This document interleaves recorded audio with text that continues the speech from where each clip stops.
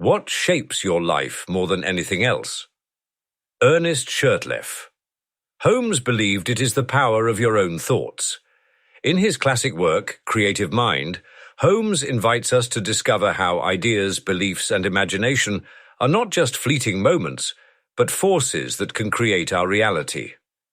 This book is a timeless guide for anyone searching for clarity, inner peace, and success built from within. It speaks to those who feel stuck and wonder how to move forward, and to dreamers who want to bring their vision to life. Simple yet profound, Creative Mind shows us that by mastering our thinking, we can transform our circumstances, open new doors, and live with purpose. If you've ever asked yourself, can I really shape my future? Holmes answers, yes you can. And it starts in your mind. Love this kind of content? Subscribe to hear more powerful audiobooks every week. Part 1 of Creative Mind. Creative Mind by Ernest Shurtleff Holmes. Part 1. Introduction. The hand of eternal progress is brushing the cobwebs from the corridors of time and is again revealing to the human race the mysteries of being. As there is nothing new under the sun, the searchlight of truth is bringing to light only what has been known to the few in all generations. The time is now come when the few must become the many.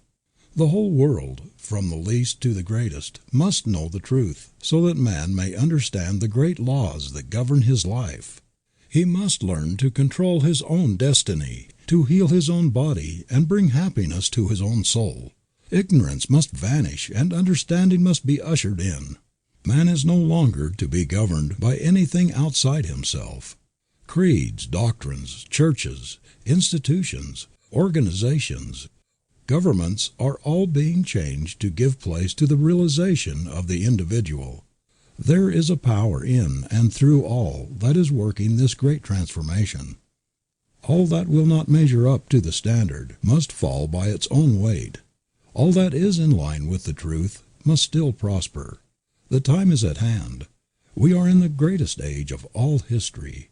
We are in the age of the unifying of all people and all things into the ever-present one. The temple not made with hands is now being silently builded by the emancipated souls of this planet. This little book is an attempt to explain what each soul must discover for himself, that he stands in the midst of an eternal creative power which presses itself around his own thought and casts back to him glorified all that he thinks. If it awakens within the consciousness of one single individual the realization that the mind of the universe, which is the only mind that there is his own mind, that the creative power of this mind is his also, that the manifestation of this mind is his own individuality, that the love and power and peace of this mind is within himself, it will not be written in vain. May it then do much in simplifying and bringing to light some of the deeper mysteries and meanings of life. Ernest Shurtleff Holmes, October 1st, 1918. In the beginning. In the beginning, God. Clear and expressive are these words. In the beginning, God only. No manifest universe, no system of planets, nothing of form or life, of brute or man. God was the spirit of all that was to be, but he had not yet moved upon the waters. Then this all-being moved or began to create. Where did spirit move? Upon what did it move to create? Where did it get a pattern? What means or power did it employ? Through what agencies did it work? In short, what is the world, ourselves included, made out of, and how did we and all else come into being? These questions correctly answered would solve the problem of being and set men free. Let us consider. The Spirit was all. There was nothing else but itself. All-inclusive, everywhere, infinite. This all-spirit could not have had the impulse to move unless it were self-conscious. Therefore the Spirit is the power that knows itself. It is accordingly all-knowing as well as all-present, being one, undivided. Whatever it knows all over instantly. We find then that the Spirit operates through self-knowing. It moves, and that inner movement must be one of infinite power, moving upon itself, since it is all, and with a definite purpose. The Spirit then moves upon itself, and makes out of itself all that is made. In other words, what we see comes from what we do not see, through some inner intelligence at work, which knows there is no power but itself. The things that are seen are not made of the things that do appear. The only possible operation of intelligence is thought, or the Word. So all things were made by the Word, and without the Word was not anything made that hath been made. How simple the process of creation when we understand it. The Spirit speaks. And since there is nothing but the Spirit, and it is all power, it has only to speak and it is done. The Word was with God, and the Word was God. From the Word, then, comes forth all that appears. Each life, human or divine, each manifestation is a different kind of word coming into expression. The great fact to dwell upon is that Spirit needs nothing to help it. It is self-conscious and has all power and all ability to do whatever it wishes to accomplish. It operates simply by speaking. It is hard to get a clear concept of this great ceaseless cause, this something from which all things come. At times we get into a maze of confusion when we attempt to realize what the Spirit means. It is then that we should think of it as the great reason behind everything.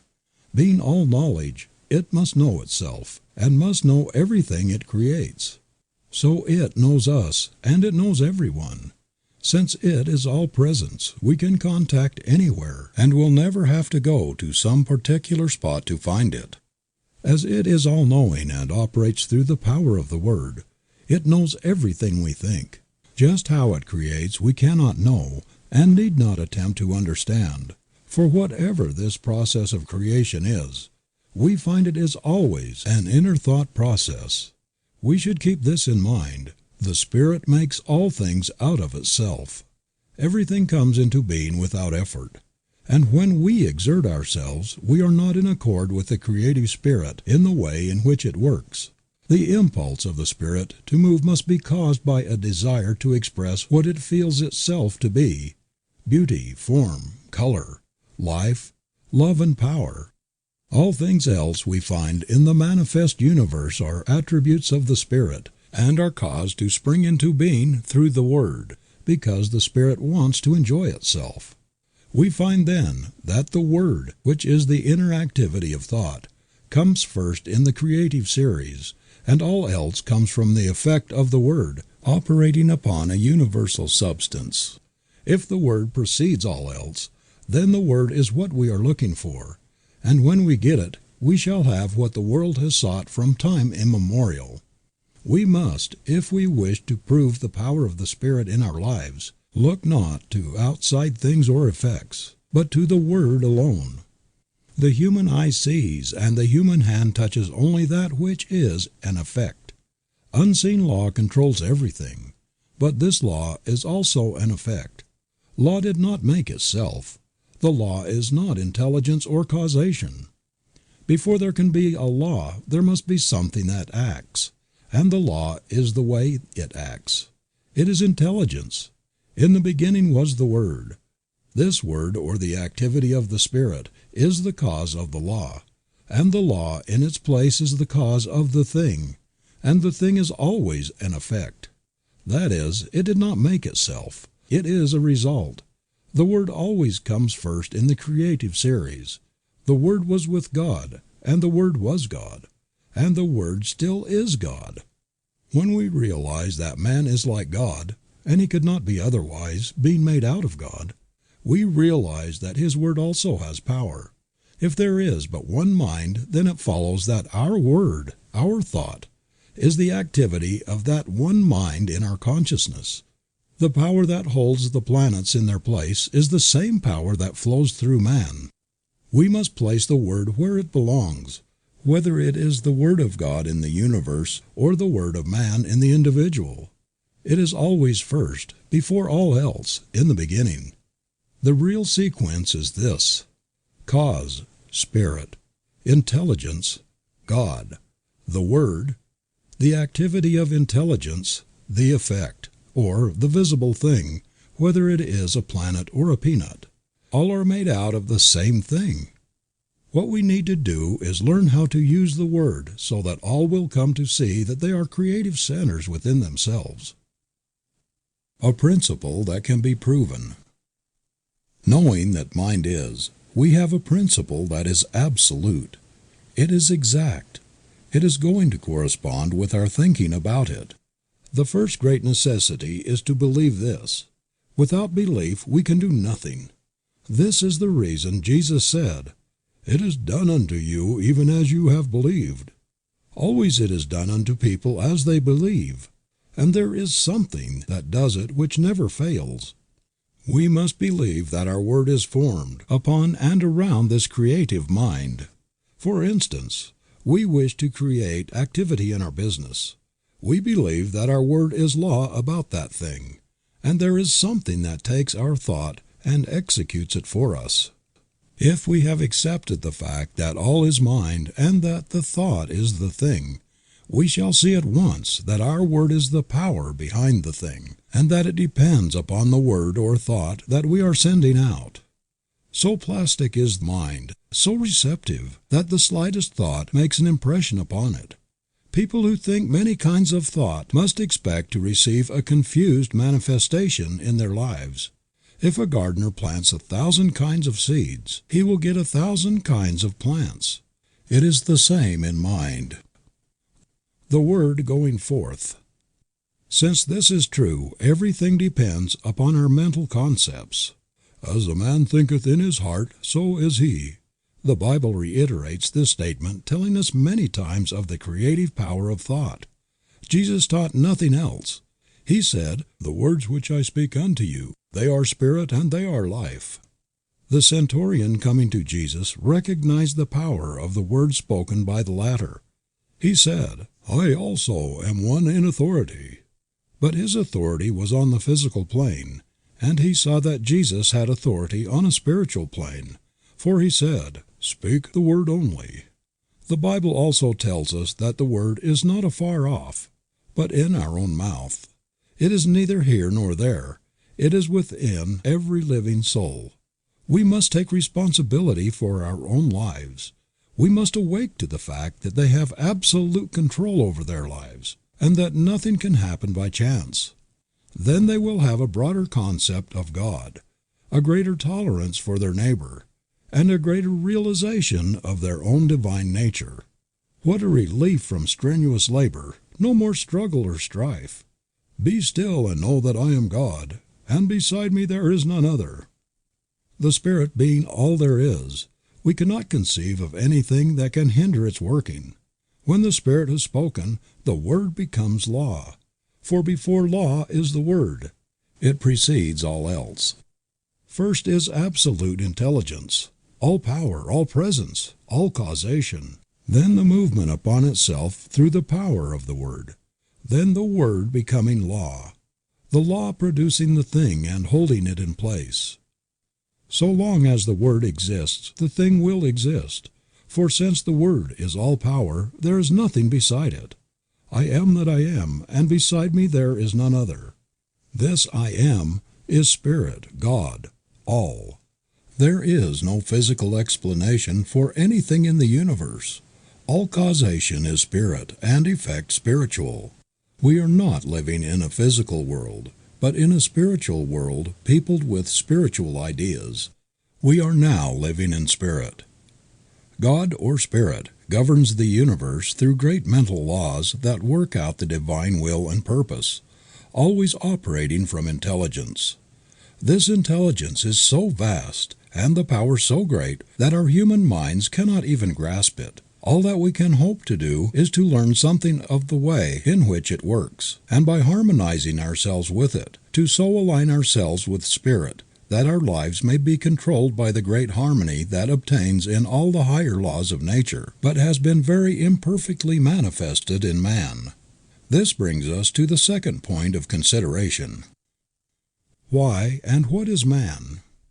We find in the physical universe that automatic laws govern everything.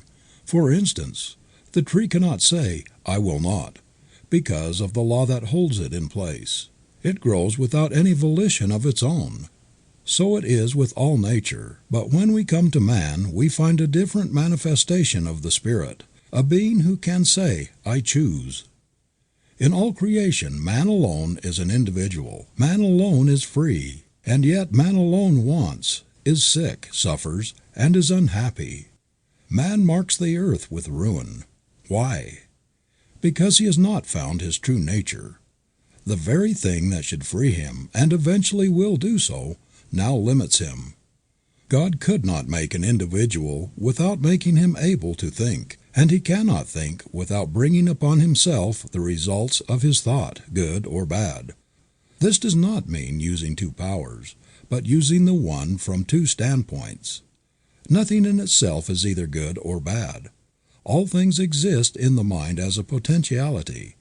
Mind is eternally acting upon thought, continually producing its own images from mind, and casting them out into manifestation.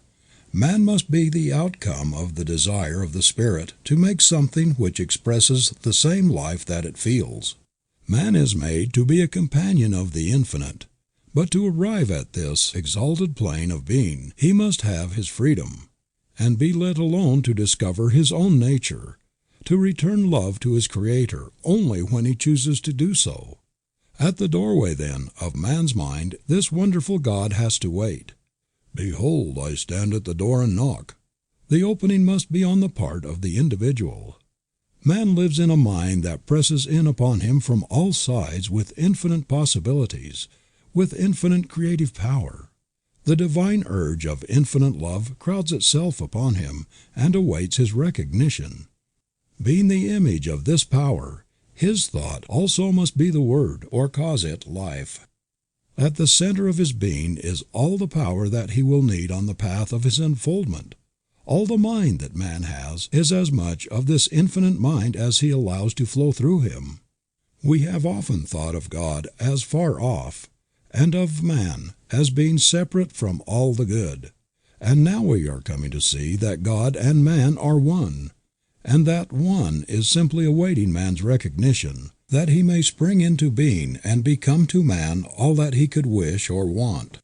"As the Father has inherent life in himself, so hath he given to the Son to have life within himself." It could not be otherwise. We are all in mind, and mind is always creating for us as we think. And as we are thinking creatures, always thinking, our happiness depends upon our thought. Let us consider the law of our life. The law of our lives. Spirit creates through law. The law is always mind in action. Mind cannot act unless intelligence sets it in motion. In the great universal mind, man is a center of intelligence, and every time he thinks he sets mind into action. What is the activity of this mind in relation to man's thought? It has to be one of mental correspondence. That is, mind has to reflect whatever thought it casts into it. Wonderful as universal mind is, it has no choice but to create whatever thought is given it. If it could contradict that thought, it would not be a unit, since this would be recognizing something outside itself. This is a point in truth which should not be overlooked. The one mind knows only its own ability to make whatever is given it. It sees no other power and never analyzes or dissects. It simply knows, and the reason why people do not understand this is that they have not realized what mind is. The ordinary individual thinks of mind only from the limitation of his own environment. The concept he has of mind is the concept of his own thinking, which is very limited. We are surrounded by an all-seeing, all-knowing mind, which is one and runs through all.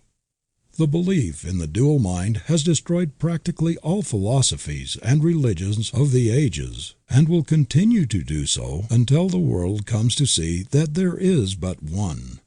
Whatever name is given it, there is but one. It is this one that creates for us whatever we believe.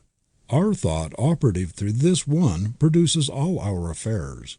We are all centers in this mind, centers of creative thought activity. There is nothing which appears in the manifest universe other than an objectified thought, whether it be a bump on your head, a growth on your foot, or a planet. It could not be there were it not made out of mind, for mind is all there is to make anything out of. Whatever is made out of it. Nothing exists or can exist without a source from which it springs. We are not dealing with a negative as well as a positive power, not two powers but one. A power that sees neither good nor evil as we see it. It knows only that it is all, and since it is all, it creates whatever is given it. From our limited standpoint we often think of good and evil, not realizing that, as yet, we do not know the one from the other.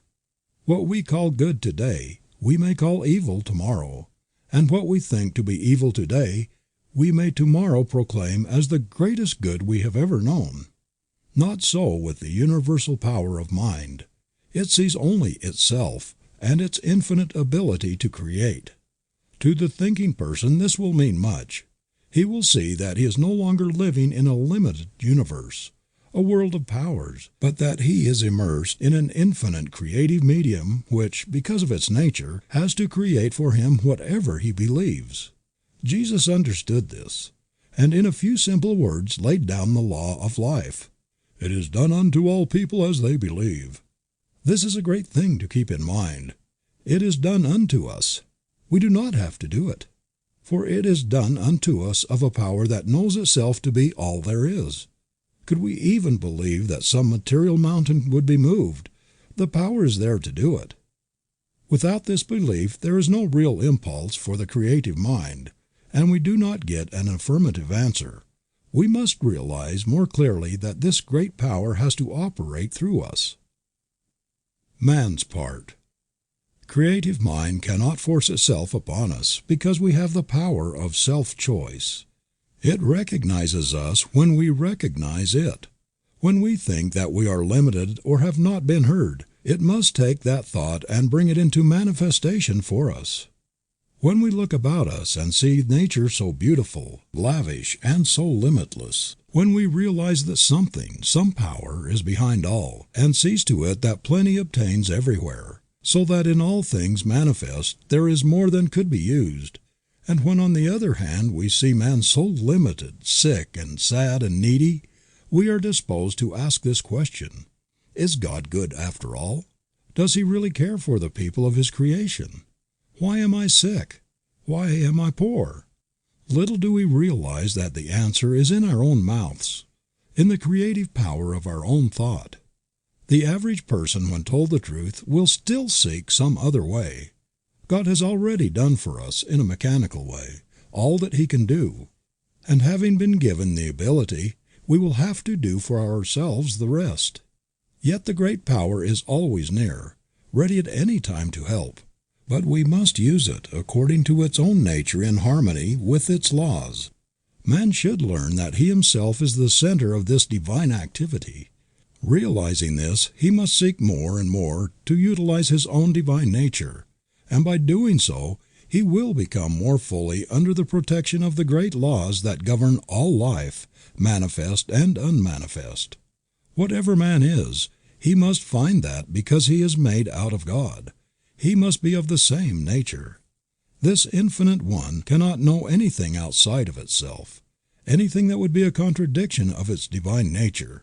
Man's ignorance of his real nature binds him with his own freedom until he comes to see things as they really are, and not as they appear to be. In the infinity of mind, which is the principle of all metaphysics and of all life, there is nothing but mind, and that which mind does. That is all there is in the universe. That is all there ever was or ever will be. This mind is acted upon by our thought, and so our thought becomes the law of our lives. It is just as much as a law in our individual lives as God's thought is in the larger life of the universe. For the sake of clearness, think of yourself as in this mind. Think of yourself as a center in it. That is your principle. You think, and mind produces the thing. One of the big points to remember is that we do not have to create. All that we have to do is think. Mind, the only mind that there is, creates. Few people seem to understand the nature of the law, and so think that they have got to do something, even if it is only holding a thought. Thinking or knowing is what does the thing. It will make it easier for us when we realize that we do not have to make anything, just to know that there is something back of the knowing which does the work for us. That person gets the best result who realizes that he can use this divine principle. He who can get the clearest concept of his idea, and who can rely on mind to do for him, keeping everything out of his thought that would contradict the supremacy of spirit or mind. By simply holding a thought we could not make anything, but knowing in mind, what can we not do? Bondage and freedom. Never get away from the fact that you are surrounded by such a power. It is the principle of demonstration. It knows every thought. As we send forth our thought into it, it does unto us. The person who is ignorant of this law must by that ignorance be bound by his thought, by his human beliefs. One who understands will begin to break these ties that bind him. One by one he will destroy every negative thought until at last he is able to think what he wants to think, and so he frees himself by the use of the same power that at one time bound him. We must destroy all thought that we would not see manifest and hold to that which we would see, until we receive the affirmative answer. Never struggle. Mind makes things out of itself. There is no effort made. Don't think that there is so much to be overcome. Have only a calm sense of perfect peace as you realize that God is all, and that you are using the perfect law, and that nothing can hinder it from working for you. Many people are learning to do this, and no one has yet failed to demonstrate who has been steadfast, using the law in a consistent and persistent trust. All that we have to do is to provide the right mental and spiritual attitude of mind, and then believe that we already have, and the reward will be with us. We shall see it. The time will come when we will not have to demonstrate at all, because we will always be living so near to the law that it will do all for us without much conscious thought on our part. So when you say, "I am poor, sick, or weak," I am not one with the creative mind. You are using that creative power to keep yourself away from the infinite. And just as soon as you declare that you are one with God, there is a rushing out to meet you, as the Father rushed out to meet the prodigal son. The Spirit seeketh, but as long as your mind thinks in the terms of conditions you cannot overcome. The difficulty comes from our inability to see our own divine nature and its relation to the universe.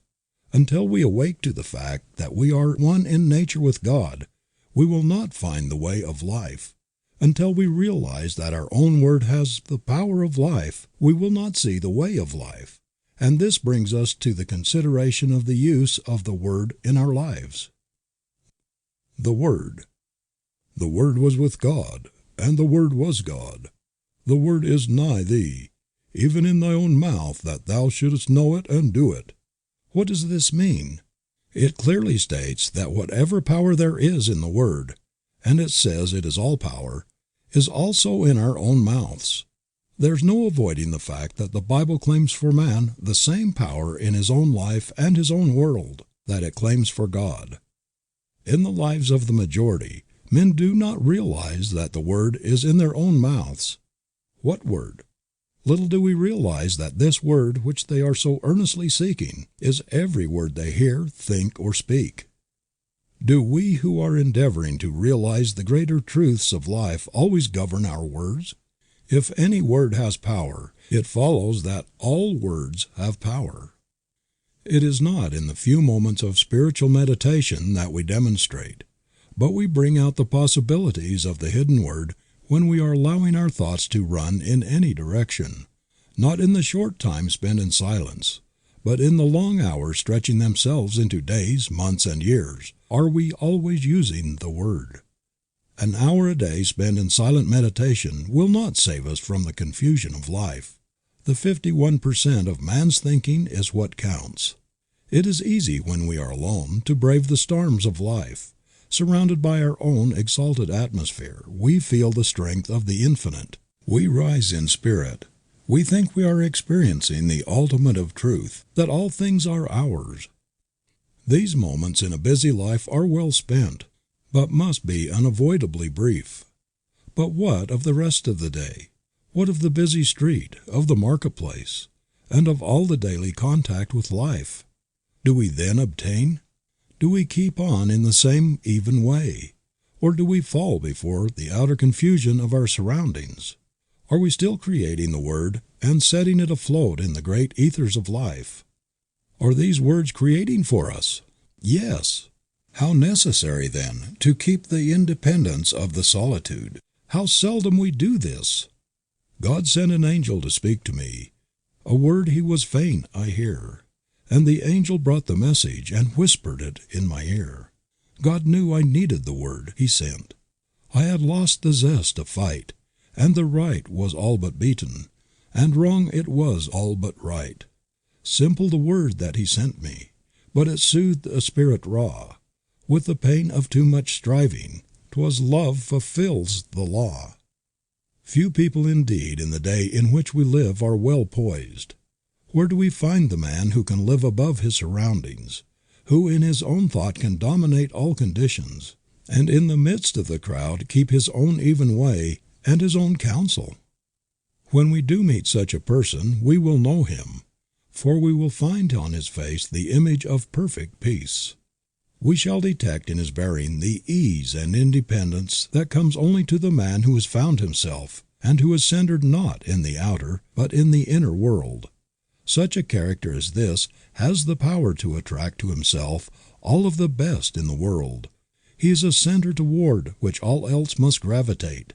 The atmosphere which he creates and with which he surrounds himself is one of absolute calm and peace. The world at once sees in this man a master, and gladly sits at his feet. And yet this man who has risen above the thought of the world cares not that other people should sit at his feet. He knows that what he has done all may do, and he well knows that all the teaching in the world will not produce another such as he. He knows that it is not from the teaching but from the being that true greatness springs. So this man does not go around teaching or preaching. He simply is. The man who has arrived. The man who has arrived will realize he has done so in the midst of an outer confusion. He will be the one who has gone into the silence for strength, and has come out into the world equipped with power from on high. But that light which he has received must be kept burning. Not alone in silence, but in the busy throng must all of us find the way of life. Our every thought creates. For the majority of us these thoughts come in everyday affairs, some of which are very trivial, but these too will be demonstrated. We have missed the whole point, unless we have learned so to control our thought that time and place make no difference. The power we have within us. We have within us a power that is greater than anything that we shall ever contact in the outer. A power that can overcome every obstacle in our life and set us safe, satisfied, and at peace, healed and prosperous in a new light and in a new life. Mind, all mind is right here. It is God's mind, God's creative power, God's creative life. We have as much of this power to use in our daily life as we can believe in and embody. The storehouse of nature is filled with infinite good, awaiting the touch of our awakened thought to spring forth into manifestation in our life. But the awakening must be on our part, and not on the side of life. We stand at the gateway of limitless opportunity in the eternal and changeless now. Now is the day in which to begin the new life that is to lift us up to the greater expression of all that is wonderful. The word that we speak is the law of our life, and nothing hinders but ourselves. We have through ignorance of our real nature misused the power of our word, and behold what it has brought upon us, the very thing that we feared. But now it shall produce a new thing, a new heaven and a new earth. Individual ideas. We find that in the universe every separate idea has a word, a mental concept behind it, and as long as that word remains, the thing is held in place in the visible world. When the concept is withdrawn, the idea in the visible melts away, disappears. It ceases to vibrate to the word, which is the law behind it. For when the word is withdrawn, the condensation of the ether that forms the word melts again into the formless. There was a time when the world was without form, and from the word alone all things were made that are made. When our word says that there is no longer life in our bodies, the life principle withdraws and our bodies return to the substance from which they came. Here is the great mystery of life, that we are able to use this creative word for whatever purpose we may desire, and that word becomes the law unto the thing for which it was spoken. And so in our lives we might say that without our word was not anything made that was made. For we are given the power to sit in the middle of our lives and direct all their activities. There is no struggle and no strife necessary. All we have to do is to know. We must awake and with the glorified consciousness of an emancipated soul use our God-given power. The reason for the universe. This universe is the reason, first, of an infinite intelligence which speaks or thinks.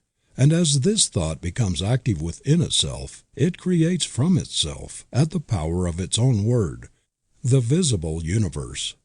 We are living in a universal activity of mental law. We are surrounded by a mind which receives every impression of our thought and returns to us just what we think. Every man, then, is living in a world made for him from the activity of his thought. It is a self-evident proposition that mind must create out of itself. And this self, being limitless, it follows that its creative power is without limit. Mind in action. Everything that we see is the result of mind in action. We all have a body, and we have what is called a physical environment. We could have neither if it were not for mind. The law implanted within us is that we need nothing except ourselves and this all-wise creative mind to make anything, and that just so far as we depend upon any condition, past, present, or future, or upon any individual, we are creating chaos, because we are dealing with conditions and not with causes. Every living soul is a law unto himself, but of this great truth few people are conscious. It seems difficult for the race, which feels itself to be so limited, to comprehend the fact that there is a power that makes things directly out of itself, by simply becoming the thing that it makes, and that it does this by self-knowing. But we will not demonstrate until we see at least some of this, the greatest truth about life. We should realize that we are dealing with the principle that is scientifically correct. It will never fail us at any time, but is eternally present. We can approach the infinite mind with a depth of thought and understanding, knowing that it will respond, knowing that we are dealing with reality. Jesus, who saw this very clearly, laid down the whole law of life in a few simple words. "It is done unto you as you believe." We do not have to do it. It is done unto us. It is done by a power that is all. Could we believe that a material mountain would be moved, it would be done unto us. But unless we do believe, there is no impulse for the creative power, and we do not receive. Life externalizes at the level of our thought. Action and reaction. There is something that casts back at us every thought that we think. "Vengeance is mine, I will repay, saith the Lord." It is a statement of eternal truth and correspondences against which nothing can stand. And whatever man sets in motion in mind will be returned to him, even as he has conceived within himself and brought forth into manifestation. If we wish to transcend old thoughts, we must rise above them and think higher things. We are dealing with the law of cause and effect, and it is absolute. It receives the slightest as well as the greatest thought, and at once begins to act upon it. And sometimes, even when we know this, we are surprised at the rapidity with which it works. If we have been misusing this law, we need not fail. All that we have to do is to turn from the old way and begin in the new. We will soon work up out of the old law into the new which is being established for us. When we desire only the good, the evil slips from us and returns no more. Arriving at a high consciousness. The best way to arrive at the highest consciousness is to have a great faith in the willingness and the ability of life to do all for us, by working through us. We must believe in the inherent goodness and all-powerfulness of the Spirit of Truth, and so every path leads us back to the one point, and we must learn to realize the near presence, the great reality. There, through the door of our own thought, we enter into the universal consciousness, into a complete realization of life and truth, of love and beauty, and as we sit in the silence of our own souls and listen, it will be the greatest thing that we will ever do. In that completeness we are not lost, and yet we are found. This is what is meant that a man must lose his life in order to find it. We are lost to the human and found in the divine. We realize that we are one with the cause. Other suggestions. Nearly all people are controlled by outer suggestions and not by inner realizations. Ordinarily, man thinks only what he sees others do and hears others say. We must all learn so to control the inner life that outside things do not make an impression upon our mentalities.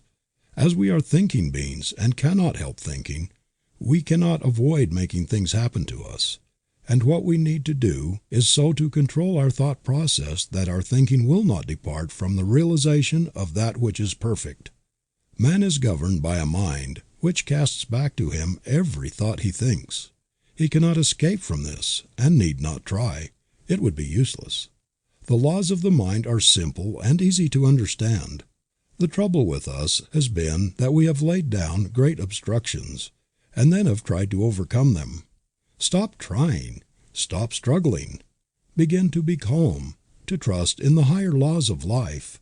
Even though you do not see them, they are still there. Did you ever see the law that causes a plant to grow? Of course you did not. And yet you believe in this hidden law of growth. Why do you believe? Simply because every year out of the seed time comes a harvest.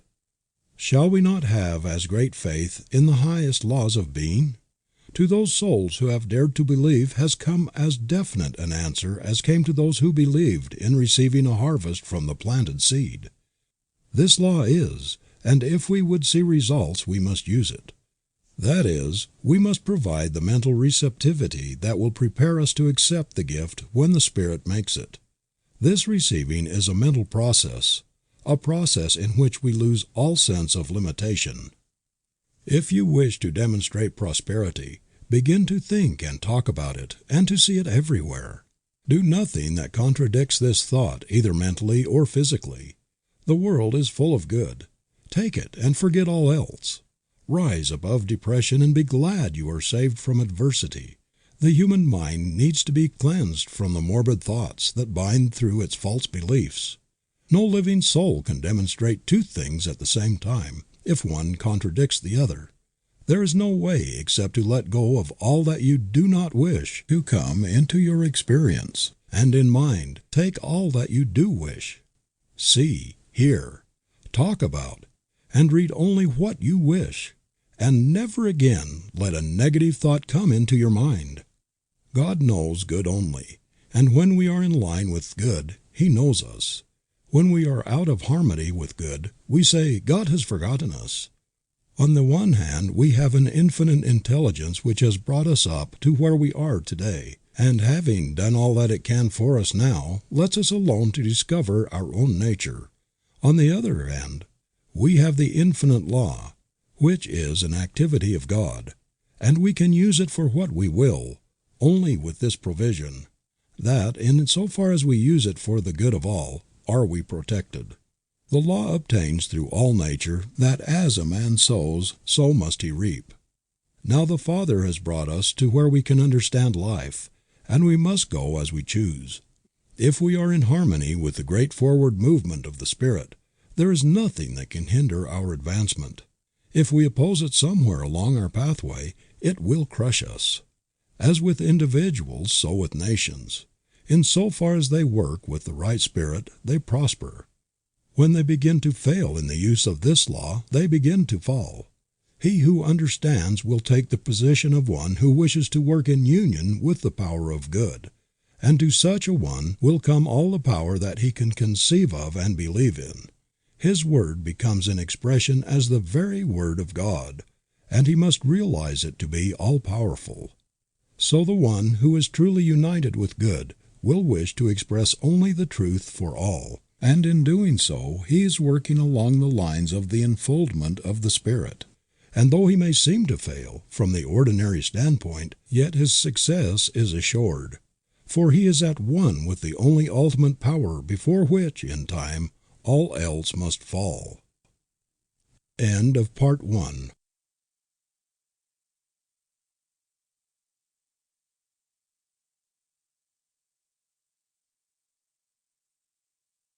If you enjoy timeless wisdom like this, consider subscribing for more audiobooks just like it. Part 2 of Creative Mind by Ernest Shurtleff Holmes. The use of the greater consciousness. In practice, the emancipated soul must always realize that he is in union with the Father. What the Father does, he can do in his own life. What God is, he can become. His word must be spoken with absolute authority. He must know. There should be no uncertainty. The word is the only power. Everything must come from it, and nothing can stand against it. It is the great weapon which he is to use against all evil and for all good. It is his shield against all adversity and his sure defense against all seeming limitation. The secret place of the Most High is in his own soul, where God dwells in eternal peace and infinite calm. Here he walks the waters of life undisturbed by the waves and the storm. Divine companionship is his for all eternity. Peace which transcends all human confusion comes, and he realizes that indeed he is honored of the Father. His word is flung out, and will work and none can hinder it. The sense of sureness is complete. Heaven and earth may pass away, but the word goes on, accomplishing that thing for which it was sent. And all power is given to it on earth and in heaven. If he speaks to the sick and they receive, it will heal them. If he says the word of prosperity, it will manifest, and nothing can hinder it. The world will abound with good, and his cup runneth over with life. What more can we ask? What greater realization of life than to know that God is with us? From this great realization comes peace, a peace which the world little understands, and a calm which is as deep as the infinite sea of love in which he realizes himself to be immersed. Peace brings poise, and the union of these two gives birth to power. No person can hope to arrive while he believes in two powers. Only as we rise to the realization of the one, in and through all, can we attain. When we speak the word, there must be no confusion, but only that calm reliance which knows that beside me there is none other. Realize that Spirit is all causation, and that all things are made out of it, by the operation of the Word through it, and that you can speak the Word that is one with the Spirit, and there will be no more confusion. As the Father has inherent life in himself, so has he given to the Son to have inherent life within himself. Speak the word only, and it shall be done. The word is in your own mouth that ye should know it and do it. Stranger on earth, thy home is in heaven. Pilgrim, thou art the guest of God. The greater consciousness. Man is surrounded by a great universal thought power which returns to him always just as he thinks. So plastic, so receptive is this mind that it takes the slightest impression and molds it into conditions. There are two things in man which his thought affects, his body and his environment. At all times he is given absolute control over these two things, and from the effect of his thought upon them he cannot hope to escape. At first, being ignorant of this fact, he binds himself by a misuse of the laws of his being, but as he begins to see that he himself is responsible for all that comes to him on the path of life, he begins to control his thought, which in its turn acts on the universal substance to create for him a new world. The great soul is learning more and more to dare to fling out into mind a divine idea of himself, and to see himself perfect and whole.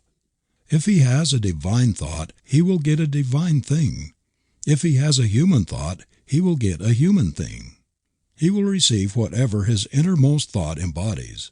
And so we find in the Bible twice repeated these words, "To the pure thou wilt show thyself pure, and to the forward thou wilt show thyself forward. It is done unto all as they believe." We often wonder why it is that we are not making better demonstrations. We look about and observe that some are getting wonderful results. They are speaking the word, and people are being healed. We see others struggling along with the word, and nothing seems to happen. And when we inquire into the reason for all this, we find it to be very plain indeed. All is mind, and we are mental. We are in mind and can only get from it what we first think into it. We must not only think, but we must know. We have to provide within ourselves a mental and spiritual likeness for the thing desired. The reason why so few succeed then must be because they have not mentally really believed to the exclusion of all that would deny the thing which they believe in. And the reason why others do succeed must also be because they have absolutely believed and allowed real power to flow through and out into expression. They must have a real concept of life. Hold an object in front of a mirror and it will image in the mirror the exact size of the object. Hold a thought in mind and it will image in matter the exact likeness of the thought. Let us take this image which we hold before a mirror and change it ever so slightly, and there will be a corresponding change in the reflection. It is just the same in the mental world.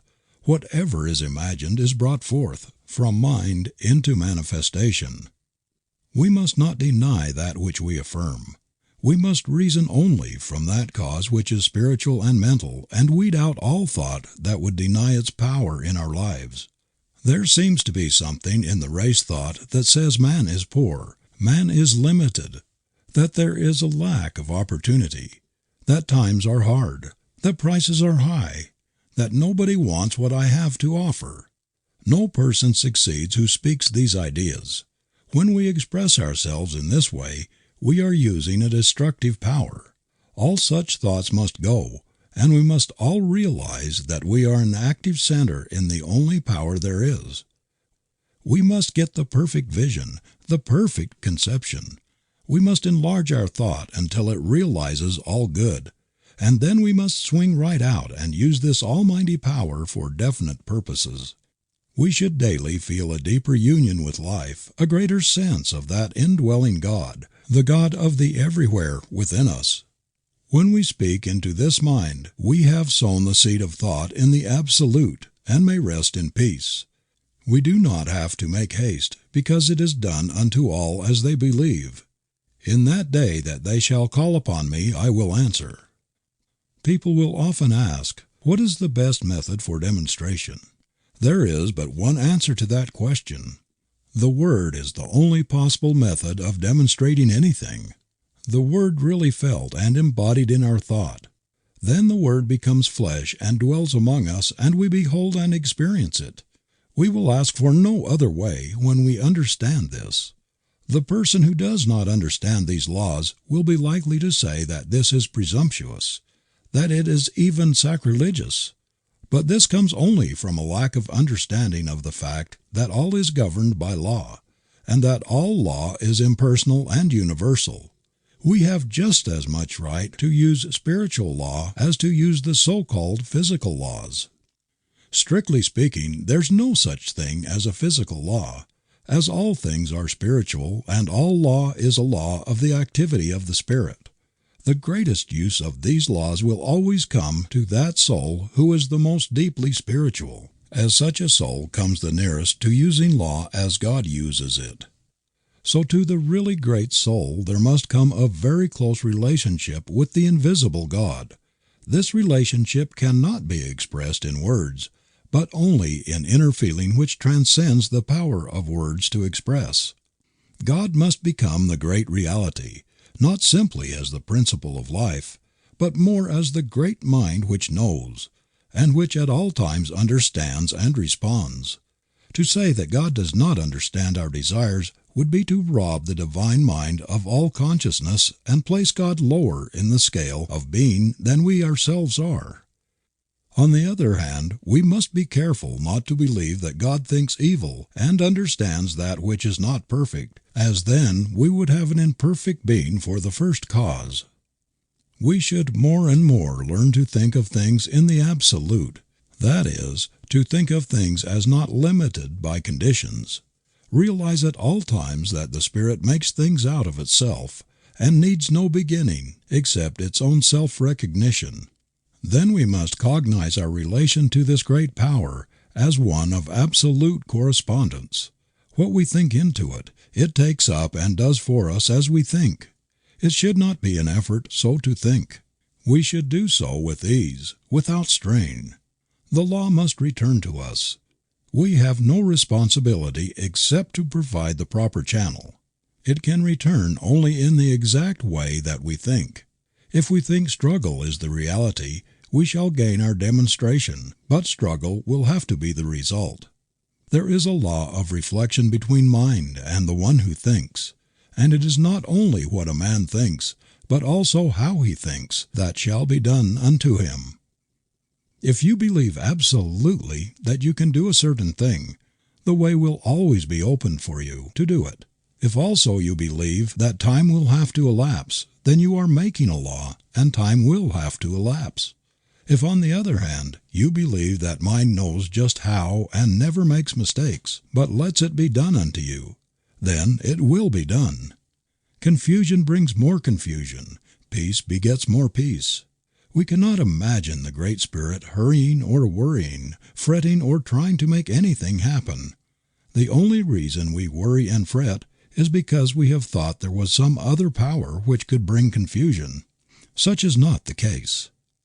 There is but one, and we are always using that one, but using it according to our belief.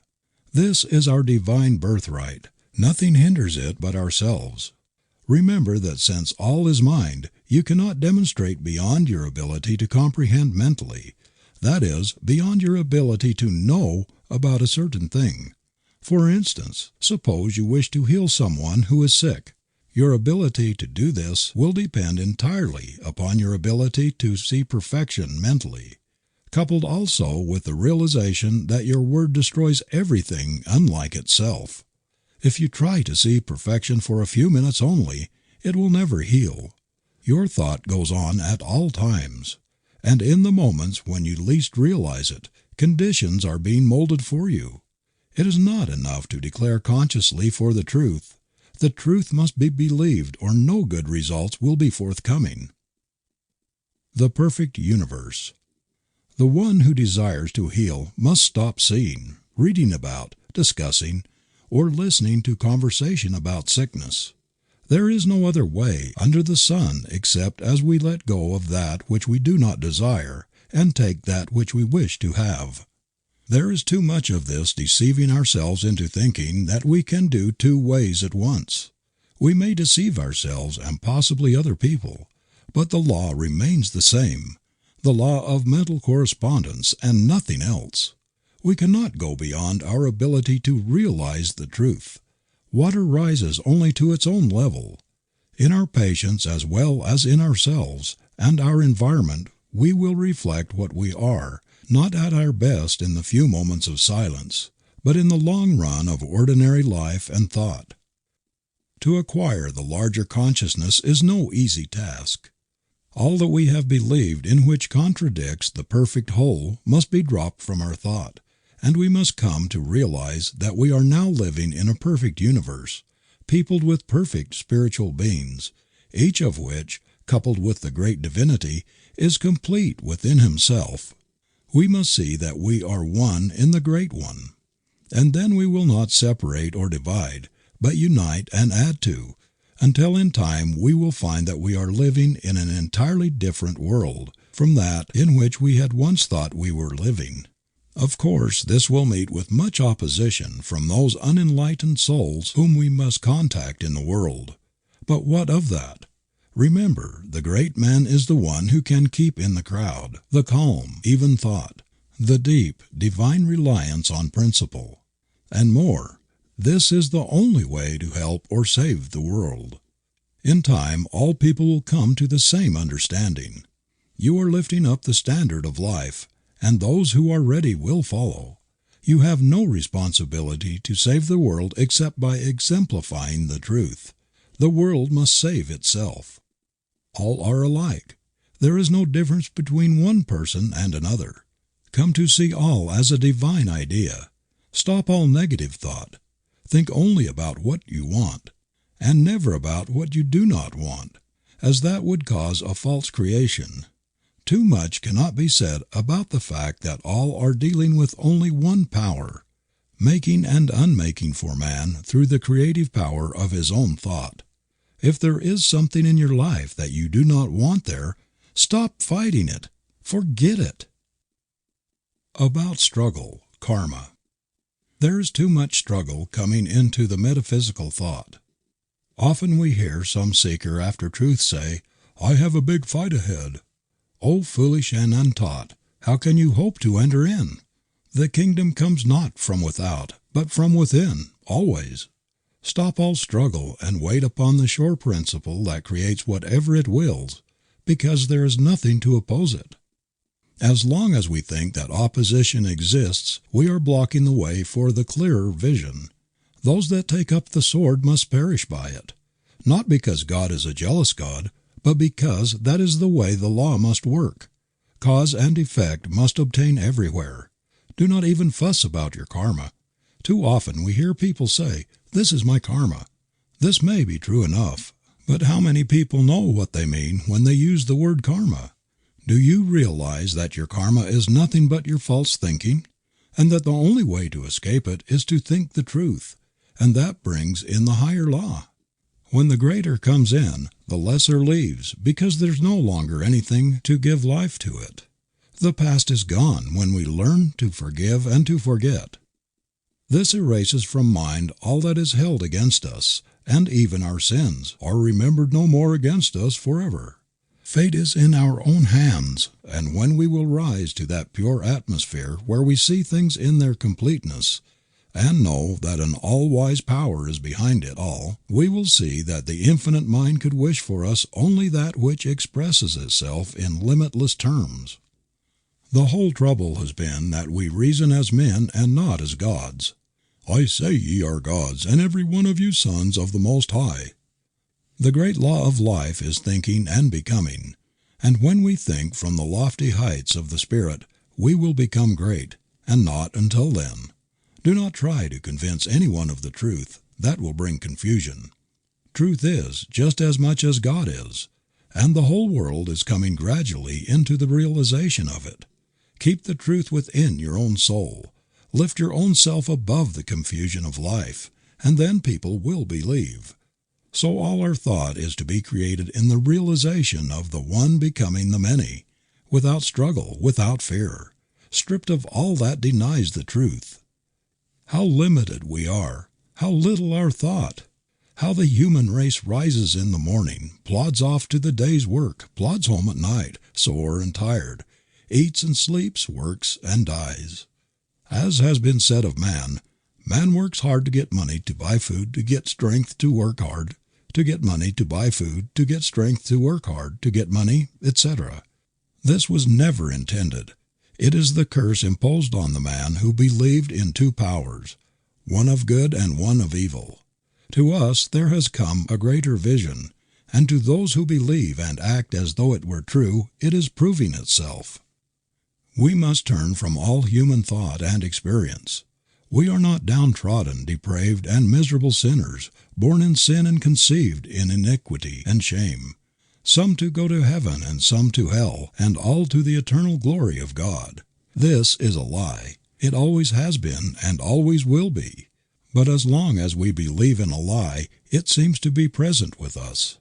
Man is born of the Spirit of God Almighty, is pure, holy, perfect, complete, and undefiled. is at one with his eternal principle of being. Many people are finding this out, and as a monument to its truth, millions are daily proving it for themselves. Somewhere down the path of human experience we will all awaken to the realization that we ourselves are heaven or hell. We live in spirit, awaiting the touch of thought that believes. All people look, a few see. Part 2. Practice. Introductory. The one who wishes to practice metaphysics must first, last, and all the time realize that he himself is a center of the divine activity. He must know that whatever God is in the universal, He is in the world in which he lives. He must know that all things are made out of spirit, which is first cause. Nothing comes before spirit. Operating upon itself out of itself, it makes what it will out of its own perfect desire. He must think of the Spirit as the Father of his own life, eternally bound to Him, eternally binding him to it. He must know that the Spirit not only can manifest through him, but that it wishes to do so. The Father seeks such to worship Him. The practitioner who understands the truth knows that as long as God exists, he will exist, that he could no more become non-existent than God could. Walking, talking, moving in God, he must not only see the divine being as the great unknown cause, but he must go a step further and see God as the great self-knowing, understanding power of infinite intelligence, thinking through his own thought and willing into his own life all power and all good. More than this, God must become within his own soul the greater self, the inner life, the inner light that is to light his path with sure step to the attainment of the greater ideals. God is to become the great friend of his life, understanding him and helping him at all times to understand all things. No more books, no more teachers, no more preachers, creeds, or candlesticks will he ever need. The old methods must vanish into their native nothingness, as the great realization that God is all in his life dawns upon his awakened thought. Naught is the squire when the king's at hand. Withdraw the stars when dawns the sun's brave light. He must know that not height nor depth nor any other thing can come between the soul and its perfect Creator. Too long have we listened to people. Now our own soul shall speak in a language that is unmistakable. Now shall we ourselves become masters of all life and interpreters of all mysteries. Now my Father and I are one. As the Word of God goes forth and sets in motion the all-law, so must we realize, because we are one with the Word, that our own thought has the power of expression. The one who wishes to heal must come to see all evil as impersonal, fastening it to no one, but realizing that it is simply false thought.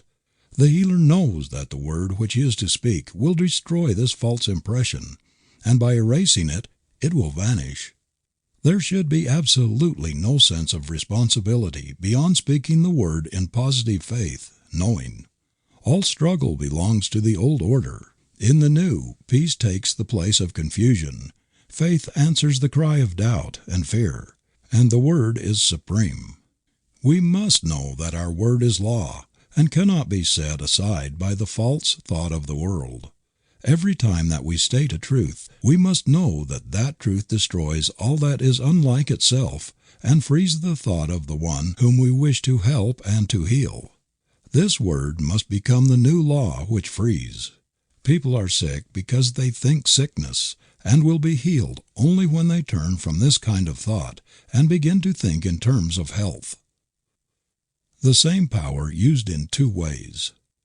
There is only one power, but we use it in two ways, either to destroy or to save. The blessing and the curse are one and the same thing. The power of mind used either affirmatively or negatively. The word used in fear and doubt or in faith and assurance.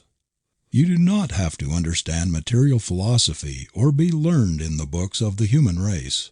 All these things may be good in their place, but to one who understands the greater laws of life, they are as simple babblings. An infant crying in the night, an infant crying for the light, and with no language but a cry. We no longer cry. We know. We no longer ask if there be a God, or if we dare to speak to Him lest we die.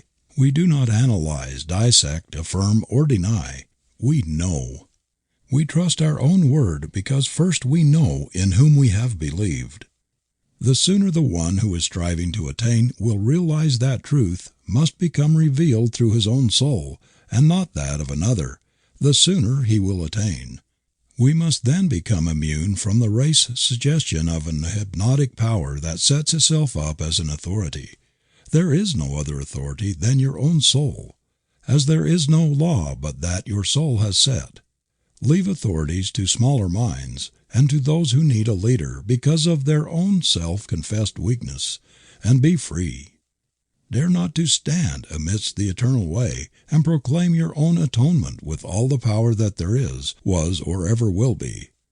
Practically the whole human race is hypnotized, thinking whatever it is told to think. We get our concepts from our physical environment. We say, see sin, sickness, death and misery, happiness and calamity. And this concept we are giving to the creative, impersonal mind, and so we are making a law for ourselves that will produce what we believe in. Do we really know what law means? It means that which will exact the utmost farthing from our own thought. Like produces like, attracts like, creates like. If we could see our thought and take a picture of it and of our conditions, we would see no difference between the two, for they are really but the inside and the outside of the same thing. We cannot make affirmations for 15 minutes a day and spend the rest of our time denying the thing which we have affirmed, and affirming the thing which we have denied, and obtain the results which we seek. We send out the word and it sets the power in motion. Then we think the opposite thing which neutralizes the first word, and zero is the result. We cannot demonstrate one iota beyond our mental ability to conceive and steadfastly to embody. Infinite as creative power is, receptive and quick as it is, it can only become to us what we first think into it. God can do for us only what He can do through us. Dare to say, "Behold, I am He. Great men have come and gone, and behold, the greater now stands here where I stand, and I am that one." The world will laugh and perhaps scorn. The Christian world will hold up its hands in holy horror, lest you blaspheme. The unchristian world will smile knowingly. Neither the one nor the other will understand, but the understanding of either counts for nothing.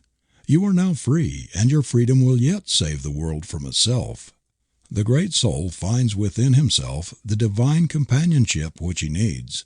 He finds within himself the peace which passeth all understanding, and the power to do all things. All power. He speaks. His word is law, and it is done unto him of all the power there is. His word knows itself to be the law of life unto all for whom it is spoken and who receive it. Healing the sick. We shall be called upon to heal all manner of disease, to comfort the sorrowing, and to bring peace to the distressed. First we must heal ourselves. When we are healing others, we are also healing ourselves. A healer's work takes place within himself. This idea of sending out thought and holding thought is all a mistake. Things come into being not only by taking thought, but by knowing that the Word is infinite. This Word is in your own mouth, and there alone can it be spoken. Here your responsibility begins and here it ends, in your own mouth. You must feel no responsibility for the recovery of your patient, for it brings confusion and disturbance to be always wondering if it is working. It must work if you have the sure faith, and your patient is receptive. You are dealing with the same power that said, "Let there be light," and there was light. If your patient is suffering from a belief that he is dying of some dread disease, you must know that when you speak the word, it will destroy this false belief and set him free. There must be no doubt about the power in the word which you speak. It should be said in perfect calm, in peace, and with absolute faith that it will work. This word, then, establishes the law of life unto the patient. It casts out all fear. It destroys all false sense of material life and realizes that all is an expression of a perfect God, and so leaves nothing that can sin, be sick, suffer, or die. When you are as sure of this as that you breathe, when you truly know within yourself, your patient will be healed, provided he also believes. If he does not believe, it is not your fault, and you will have done for him all that can be done. Denials. Some people teach the use of denials. This must be settled by each individual for himself. Here and at all times we must settle every question from within and not from without. No living soul can say how another should or should not work. Be aware of the danger of a self-appointed authority. This danger is as apt to come into new thought as it was in the old. No one is your authority on anything. Let us look into the philosophy of denials. We find that many people teach and practice them, and we do not wish in any way to criticize them. Their reasoning is this: all disease is an image of thought held in mind until it appears in the body. It is true that without the ability to think, man could not be sick. If he thinks a sick thought, it will make him sick. When he changes his thought and thinks health, he is healed. It is taught that since sickness is negative thought, it must be counteracted by a positive thought, and that the best way is to deny the sick and affirm the positive thought. For instance, there is no matter and nothing can be the matter. This man has no material stomach. He is spiritual and not material. His lungs are not made of matter. They are spiritual ideas. I deny that man can be sick or suffer or die. All this may be accurate. Man is a spiritual idea, and so must be perfect in his real nature. But there is a question if this is the better way. When we look into the creative way of the Spirit, we find it impossible for denial to enter, as the Spirit recognizes no opposite to its own nature. It knows that I am, and beside me there is no other. The Spirit does not deny anything. It simply affirms itself to be that which it desires to be. Seeing and recognizing no opposite to itself, it finds no need of denial. Indeed, this thought need not enter the mind. If we are working with the Spirit, we need not deny, but state the affirmative attitude of mind, realizing that we are dealing with the only power that exists. There is a subtle danger in using denials. We may deny to such an extent as to erect a barrier or build a mountain to overcome. Once realize that God makes things out of Himself simply by speaking, and you will never again use denials in treating. All that needs changing is the false thought, and by affirming that your word destroys everything but itself, you will embody all that a denial could. In those systems that teach denials, we find that the more enlightened ones are gradually using the affirmative method, and as this is the growth of experience, there can be no doubt that it is the better method.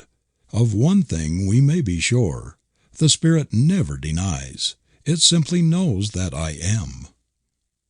The use of affirmations. The affirmation is the great weapon of the healer. It is in alignment with the way of the original creative spirit, and is the true use of the word of all power. We need only to say that our word is the law unto the case, and calmly state what we want to be done, and then say and do nothing that contradicts it, and wait for the fulfillment of that word. There is a power that operates on what we say, and it is done unto us, and we need have no fear about the results. If I am treating Mary Jones, I need only say I am helping her, and go to work within myself to realize that she is now a perfect being, made in the image of God. I must know that I am destroying all imperfection when I know within myself that I am speaking the truth, and realize that she is perfect. The healing is done as far as I am concerned. If she receives, she is healed. I am not responsible for her receptivity. Know that there is a power that corresponds to your own mental attitude, and you will see that the way you are believing is what makes things happen the way they do. Always believe in what you are doing. Never see the negative side of life. Never talk about it, or listen to talk of other people, and never think about or see imperfection, and you will have no trouble in making demonstrations. The highest attitude of mind. The highest attitude of mind, from which all else springs, is one of perfect calm and absolute trust in the Spirit. The one who can with perfect confidence look into the future and with perfect ease of mind rest in the present, and who never looks backward, but who has learned to be still in his own soul and wait upon the Spirit, he is the one who will the most completely demonstrate the supremacy of spiritual thought over so-called material resistance. Be still and know that I am God. Non-resistance. Resist not evil, and it will flee from you. Here is a statement of one of the great laws of our being. When we resist, we make a mental image of the thing we are fighting, and that tends to have it created for us. When we learn to look only at what we want and never at what we do not want, we will no longer resist anything. Suffer it to be so now. You need not try to change the world. Let it alone. All people are doing the best they can. No one needs to be saved but yourself. And the sooner you realize this, the sooner you will attain. Get over that holier-than-thou attitude. It is an illusion that many people suffer from, especially in the religious world. The world is all right. It's not going to hell. It is on the way to heaven. It is getting good so fast that in the process many things are being overturned and confusion appears to be on the surface. A great change is taking place, and on the surface the results are as yet a little mixed, but underneath the power is at work, destroying all unlike itself. In time all will come to see this. What a load of responsibility we assume that we were never meant to carry. Remember that in the divine plan no mistakes are made, and that if God could have done it in a better way, He would have done it differently. No souls are lost, for all live and move and have their being in Him, and God is not a God of the dead, but of the living, for in His sight all are alive. Too long have we believed the negative simply because we have allowed ourselves to become hypnotized by a few strong-minded people, and by those who have imposed upon the race a mass of false philosophy. Be alive. There is no place in the new order for dead ones. The true metaphysician is alive to all that is useful. Filling his place in the events of the human race, he takes part in all its labor and in all its fun. Pessimism must be relegated to the scrap heap. There is no place among the living for the dead. Let the dead bury their dead. Follow thou me. Do not hesitate to enter into the game of life, but do so with a zest and enthusiasm that overflows with life. Fill yourself with the radiance of a life running over with power and usefulness. Then shall the world see your light. People in the new thought above all others should enter into the business world, into educational vocations, into politics, into every walk of life, and there prove before a waiting world, tired of itself, that a man's a man, with this difference, not a son of man, but a son of God. Be happy.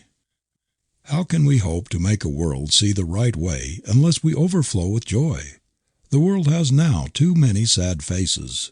We see them everywhere, that resigned look that seems to say, one rebuff more or less makes no difference. I'm already so sad that nothing matters. I can bear it. This was all right when we thought everything was all wrong, but now we know that all's well with the world. We must get over this depression which robs us of the power of attraction of the good things of life, and enter in. The man who is always glad will surround himself with people who are happy, and life will be a continual enjoyment. This robs no one. It does not make a race of irresponsible people. It makes a world of joy, a world that is good to live in. No one wants to associate with the dead. People are looking for a more abundant expression of life, not for depression and fault-finding. Find fault with no one, and more than this, find no fault with yourself. Get over the thought of condemning people and things. People and things are all right. Let them alone and enjoy life. Your very atmosphere will cheer and uplift the people who contact you, and a new life will enter into them, overflow. As it is given to me to perceive, I most certainly believe, when a man's glad plumb through, God's pleased with him, same's you. Live in the present. Life is for us today. There will be no change for tomorrow unless we do the changing today. Today we are setting in motion the power of tomorrow. Today is God's day, and we must extract from it what of life we are to live. Tomorrow, in the divine course of events, will care for itself.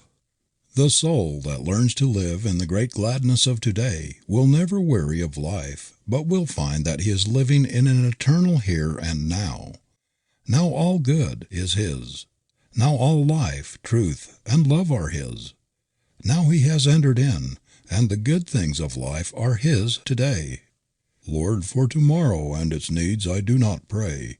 Make me do thy will just for today.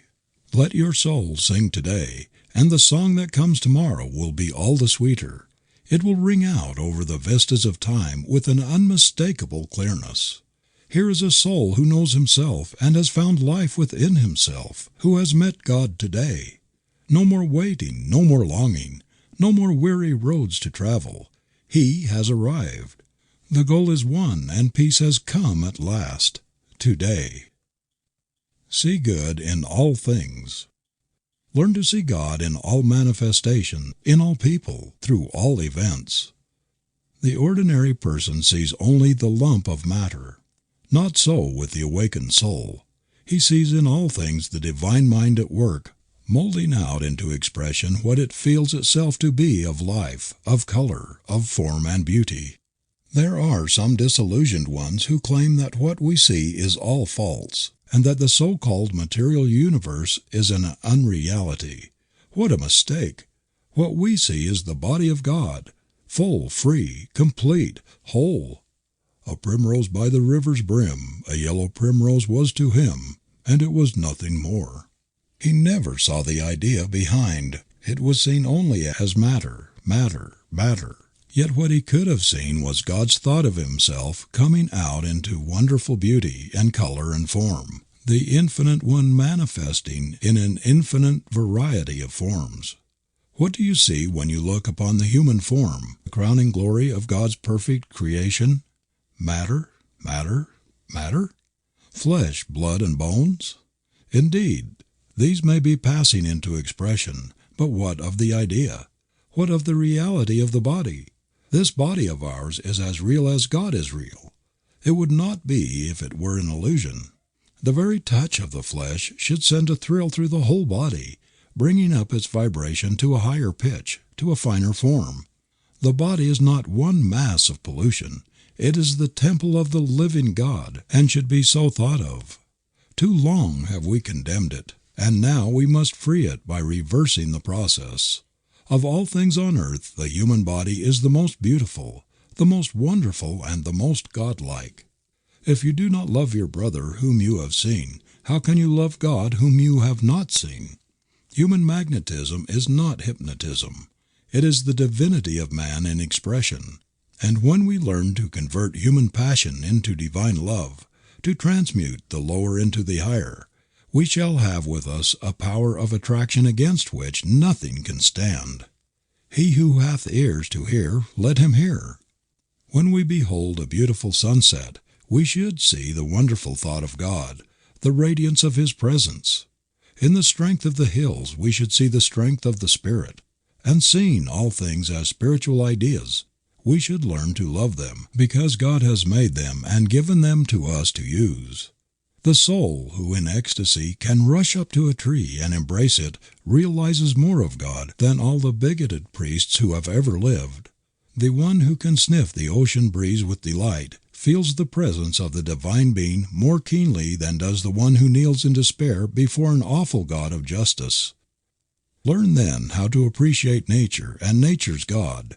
Spend much time in the out of doors. Look up at the stars. Let them be your companions. Tread the pathless ways of the trees and the giant forests and see God in everything that you look upon, the God of the everywhere. End of Part 2.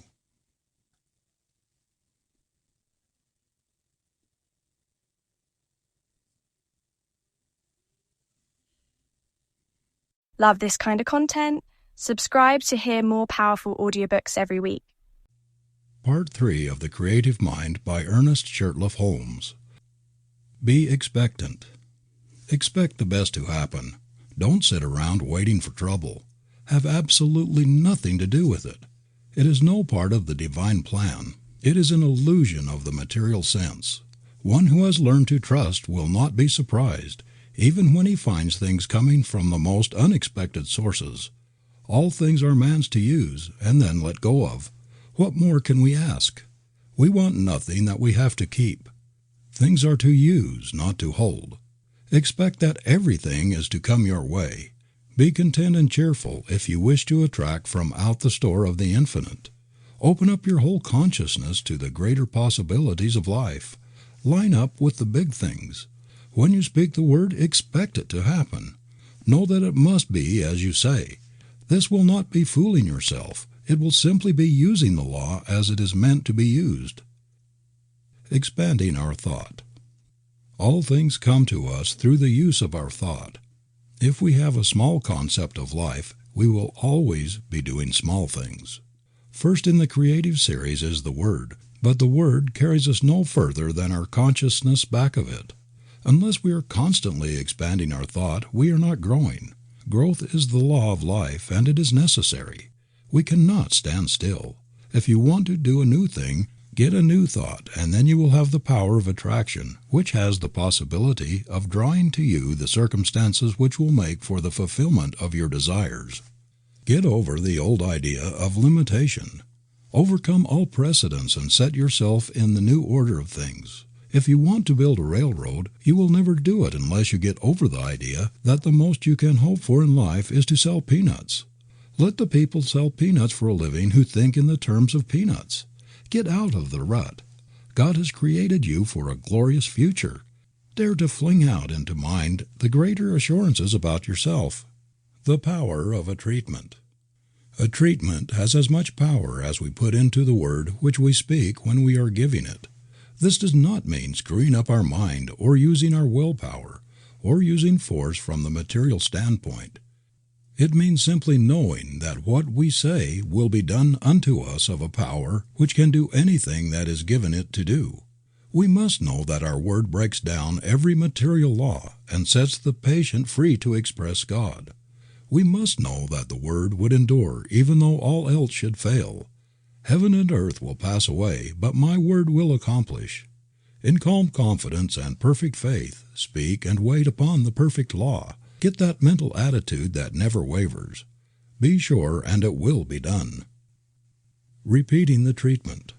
One treatment would heal anything if it were not for the fact that people are constantly receiving false suggestions from the outer life. As it stands now, we should treat until we get results, always expecting that it will happen at once. Every treatment should be complete, and at the close we should always realize that it is done. The word spoken once from the mind that knows is immediately taken up by the mind in which we live, and this mind begins to create around the word, which is the seed, the thing of thought. We must speak that word with authority. There can be no wondering if it's going to work. When we plant a seed in the ground and water and care for it, we never doubt but a plant will spring into being. So it is with the word. It is acted upon by some power which we do not see, but that power is present, there is no doubt, since all who go about it get results. As Thomas Edison says of electricity, "It is, use it." So we say of mind, "It is, use it." Always remember that your every thought is the way you are treating, since it is the way that you are thinking. Impersonal healing. The very presence of one that understands the truth will have a great power of healing. The reason for this is that we are all in mind, and we have with us at all times our thought. And since all manifestation is the result of mind in action, and we are thinking beings and are always causing mind to act, the very presence of our thought will have some power to act upon whatever we are thinking about. We are dealing with a power which in itself is limitless. We limit it, and so it cannot become to us the bigger thing. Of itself the power is the same that made the worlds, and it cannot realize any sense of limitation. They could not enter in because of their unbelief and because they limited the Holy One of Israel. Stop limiting things. Things are as big as we make them, no more, no less. There is room at the top. Get on top of everything and dare to dominate the earth. All things are given us to use. Make use of them. Everything is limitless, and we must see the truth that the fault is not in the law, but in ourselves when we fail. Not with God, but with man. Dare, dare, dare. Think of the bigness of things in the universe. Think of the number of grains of sand, the profusion of all life, and never again limit anything. All is yours to use. Jesus would never have become the Christ unless he had had the courage to say, "Behold, I am he." You will never attain until in some degree you are able to say the same thing of yourself. We must learn to reach out and take what is meant for us, the greater life, the all-good. People say, "Yes, but how do you do it?" Simply know that God makes things out of himself by speaking the word, and that in your own life you can do the same. All people can think, and all people can speak, at least mentally. This is all that you need to begin on. The Word is at the center of all creation and is first cause, the starting point of all that you see. The Word is in your own mouth, and all that you have to do is to speak it. The trouble is that we are speaking the Word, and in the next breath we are denying its power by seeing something that contradicts it. If the Word is the way that God creates, it is the right way. If it works for God, shall it not work for us? As yet, our word is more or less imperfect, but more and more it will become perfect, and so the outer condition will be brought up to the inner word. All words have as much power as we put into them when we speak. The word is already in our own mouths. That word is all that you will ever need to bring happiness, health, and success to you. Do you wish to live in a perfect world, peopled with friends who love you, surrounded by all that is beautiful and pleasing? Do you wish to have the good things of life? There is but one way, and that way is as sure as the sun shines. Forget all else, and think only upon what you want. Control all thought that denies the real, and as the mist disappears before the sun, so shall all adversity melt before the shining radiance of your own exalted thought. The prodigal son remained a prodigal only so long as he chose to do so. When the thought came to him to return, he was greeted by the Father with outstretched hands. So shall we find that when we turn to that world which is perfect, there will be something that will turn with us, and we shall behold the new heaven and the new earth. Not in some far-off place somewhere beyond the clouds, but here and now shall we become free. We must do away with all that hinders the true growth, all little thoughts that hinder us from becoming. Human strife comes from the thought that there is not enough to go around. Forget it. We cannot use even what we see, and what we do not see is infinite. You will rob no one by becoming prosperous, and the laws that underlie this state of being are simple and easy to understand, and not hard to attain for the one who is willing to let go of the negative state of being. Prosperity. Here are a few simple rules for prosperity that are as sure of working as that water is sure to be wet. First, remember that nothing happens by chance. All is law and all is order. You create your own laws every time you think. There is something, call it what you will, but there is a power around you that knows and that understands all things. This power works like the soil. It receives the seed of your thought and at once begins to operate upon it. It will receive whatever you give to it, and will create for you and throw back at you whatever you think into it. This means that the practitioner should be very careful how he is thinking at all times. Not alone in the moments of the deeper silence are we treating our patients, but perhaps more than this, we are treating them in an impersonal way at all times. When we take a patient into our thought for a treatment, there will be a constant stream of consciousness flowing out to him during all the time that he is in our care.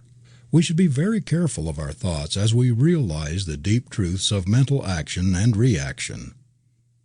What is the spiritual mind? What is true spirituality? Many people have asked this, and as many have answered it. I do not pretend to know more about this all-important topic than others, but to the thinking person who has come to realize that all is love, yet at the same time all is governed by law, there must be a different answer given than the one we ordinarily hear. The average religious person thinks that spirituality must manifest in some unnatural way, such as giving up all personal pleasure and becoming resigned to whatever happens, that we must give up most of what life holds here, that in some far-off future perhaps we may attain. This is not the case with the man Jesus. We have more accounts of his being at feasts and weddings and similar gatherings than at other places. His first miracle was performed at a wedding feast, and we must remember that here he even turned water into wine for the pleasure of the guests of the house. Perhaps we have made a mistake about what true spirituality means. Other people think we must live some kind of an excluded life in order to obtain. Perhaps this may be true of the weak ones, but what of the world? What of the busy street? Is it not to be saved also? Jesus spent much time with the common people as well as with the rich, and it is certain that he also spent much time alone with the Spirit. What is the Spirit anyway? We all answer, why, of course, it is God. Where is the Spirit? It is present at all times and in all places. True spirituality must simply mean coming to realize the presence of this Spirit. It must be coming to rely upon it more than anything else. The one, then, who is the most spiritual is simply the one who relies the most. That's all. No matter where he is, he must rely, he must trust, he must believe. We do not have to give up anything but negative thought and act. We do not want to do anything that contradicts the forward march of the unfoldment of the Spirit. So all that we think and do must be in line with that which is right. But who shall say what is and what is not right? Remember this forever. Only your own soul can say what is right and what is wrong. To thine own self be true, and it shall follow as the night the day. Thou canst not then be false to any man. Look to no one for guidance. This is the blind leading the blind. The Almighty has put the truth into your own soul. Look there and there alone for it. Many people seem to think that for a man to look spiritual, he must have no color in his face, have some kind of faraway truth. He must be peculiar either in looks or in the way he dresses. To one who knows the truth, both praise and blame sound alike. But from the human standpoint, at least a person cannot help being amused at the way in which the world judges true spirituality. My idea of true spirituality is that a man should live a perfectly normal life, entering into and enjoying all in life that is clean and good. He should place himself absolutely under divine guidance. Other than this, he will seem just like other people, neither better nor worse. Get over all kinds of unnatural thought and remember that all is good. Neither criticize nor condemn people or things. You are spiritual insofar as you trust in the Spirit, at all times, in all places, under all conditions. In order to do this, you do not have to seclude yourself from the world. To do so is an open confession of your own weakness and lack. There are moments when it is best to be alone with the Power. From these moments we gather strength. To keep that strength to ourselves is pure selfishness. Walk, talk, live with the human race, hand in hand with all people and unified with all events. Live and love and learn. Be natural and normal. If you seek to enter some other way, it must be done over again, for no one lives or dies unto himself, but unto all people. The Church of God. The Church of God is not built with hands. It is eternal in the heavens. It is not lighted with candles. Its dome is heaven, and it is lighted by the stars of God's illumined thought. And each member in his separate star shall draw the thing as he sees it, for the God of things as they are. Here all people recognize the God within their own souls and ask for and see no other God. When you can look upon all creation as the perfect work of a perfect God, you will become a member of this church. I doubt very much if the Church Universal admits members from the Church Individual. When you can see in the saint and the sinner one and the same person, when you can realize that the one who kneels before the altar and the one who lies drunk in the street is the same one, when you can love the one as much as you do the other, no doubt you will be able to qualify. As it is now, we have too many preachers who do not understand, that have no purpose, too many prayers, too many creeds, too many teachers that have no message, too many churches, too many learned people, and too few thinkers. The kingdom of heaven cometh not by observation. It is the still small voice within the soul that speaks. The expanded thought will never wish to join or be joined to. Nothing human can contain it. It feels the limitation of form and ceremony and longs for the freedom of the Spirit, the great out of doors, the great God of everywhere. Alone in the desert, the forest, or by the restless ocean, looking up at the stars, man breathes forth these words, "With only my Maker and me." The path to prosperity. The healing of conditions is no different from other healing. All healing is the constructive use of a mental law, which the world is gradually beginning to understand something of. Again we must reiterate the principle of all life. We are surrounded by a thinking medium from which all things come. We think into it. It does the rest. Since we are thinking beings and cannot stop thinking, and since creative mind receives our thought and cannot stop creating, it must always be making something for us. What it will make depends absolutely and only upon what we are thinking, and what we will attract will depend entirely upon our holding thought to the complete exclusion of all that would contradict it. It is not enough that we should sit down and say, "I am one with infinite life." This must mean more than mere words. It must be felt. It must become an embodiment of a positive mental attitude. It is not claiming something to be true which is going to happen. It is not sending out an aspiration or a desire or a supplication or a prayer. It must be the embodiment of that which knows that now it is. This is more than holding a thought. Our ability to attract will depend upon the largeness of our thought as we feel that it flows out into a great universal creative power. We are dealing with the form in thought and not with the form in matter. We have learned that when we get the true form in thought and permeate it with the spirit of belief, we will see the thought made flesh without any further effort on our part. Thought can attract us only to that which we first mentally embody. We cannot attract to ourselves that which we are not. We can attract in the outer only that which we have first completely mentally embodied within, that which has become a part of our mental makeup, a part of our inner understanding. A man going into business will attract to himself that which he thinks about the most. If he is a barber, he will attract people who want to be shaved or have their hair cut. If he sells shoes, he will attract people who want to buy shoes. So it is with everything. We will not only do this, but we will also attract as much of anything as we mentally embody. This is apt to be overlooked in the study of metaphysics. It is not enough to say that we attract what we think. We become what we think. And what we become, we will attract. Do not become merely sentimental about this. Your life is governed by more than a sentiment. It is governed by law, something that cannot be broken, something that picks up every mental attitude and does something with it. This fundamental proposition of the law should then work out into our conditions. Always remember that it does just as we think. It does not argue. It simply does the thing as we think it. Now, how are we thinking? Never ask a patient how he is feeling. Ask, how are you thinking today? This is the only thing that matters. How are we thinking about life and our conditions? Are we receiving the race suggestion? Are we saying that there is not enough to go around? If we are saying this, it is our belief, and there is something that will see that it becomes a part of our expression. Most people, through ignorance of the higher laws of their being, are suffering from the thoughts imposed upon them from a negative and doubtful world. We who are claiming the use of the greater law must emancipate ourselves from all sense of limitation. We are not to be governed by the outer confusion, but by the inner realization. We are to judge life not from the way that things in the past have been done, but from the way that the Spirit does things.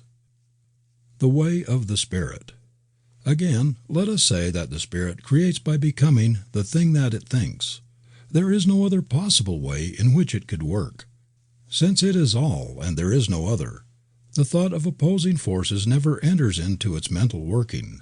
When we are judging from the outer, we are not working in line with the power that we should be using. We must come to see that there is only one power, and that we are touching it at all points. For there is not a power of poverty and a power of prosperity. There is the one becoming the many.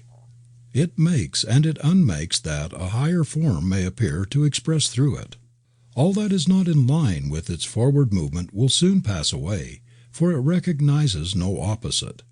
As far as we are concerned, what we are and what we are to become depends only upon what we are thinking, for this is the way that we are using creative power. The sooner we get away from the thought that we have to create, the sooner we will be able to work in line with the Spirit. Always man uses, he never creates anything. The united intelligence of the human race could not make a single rosebud. It does not know enough. But our slightest thought adrift in mind causes the same power that makes all things to create for us. The great error of the race is, and always has been, that men have thought to give a physical reason for things.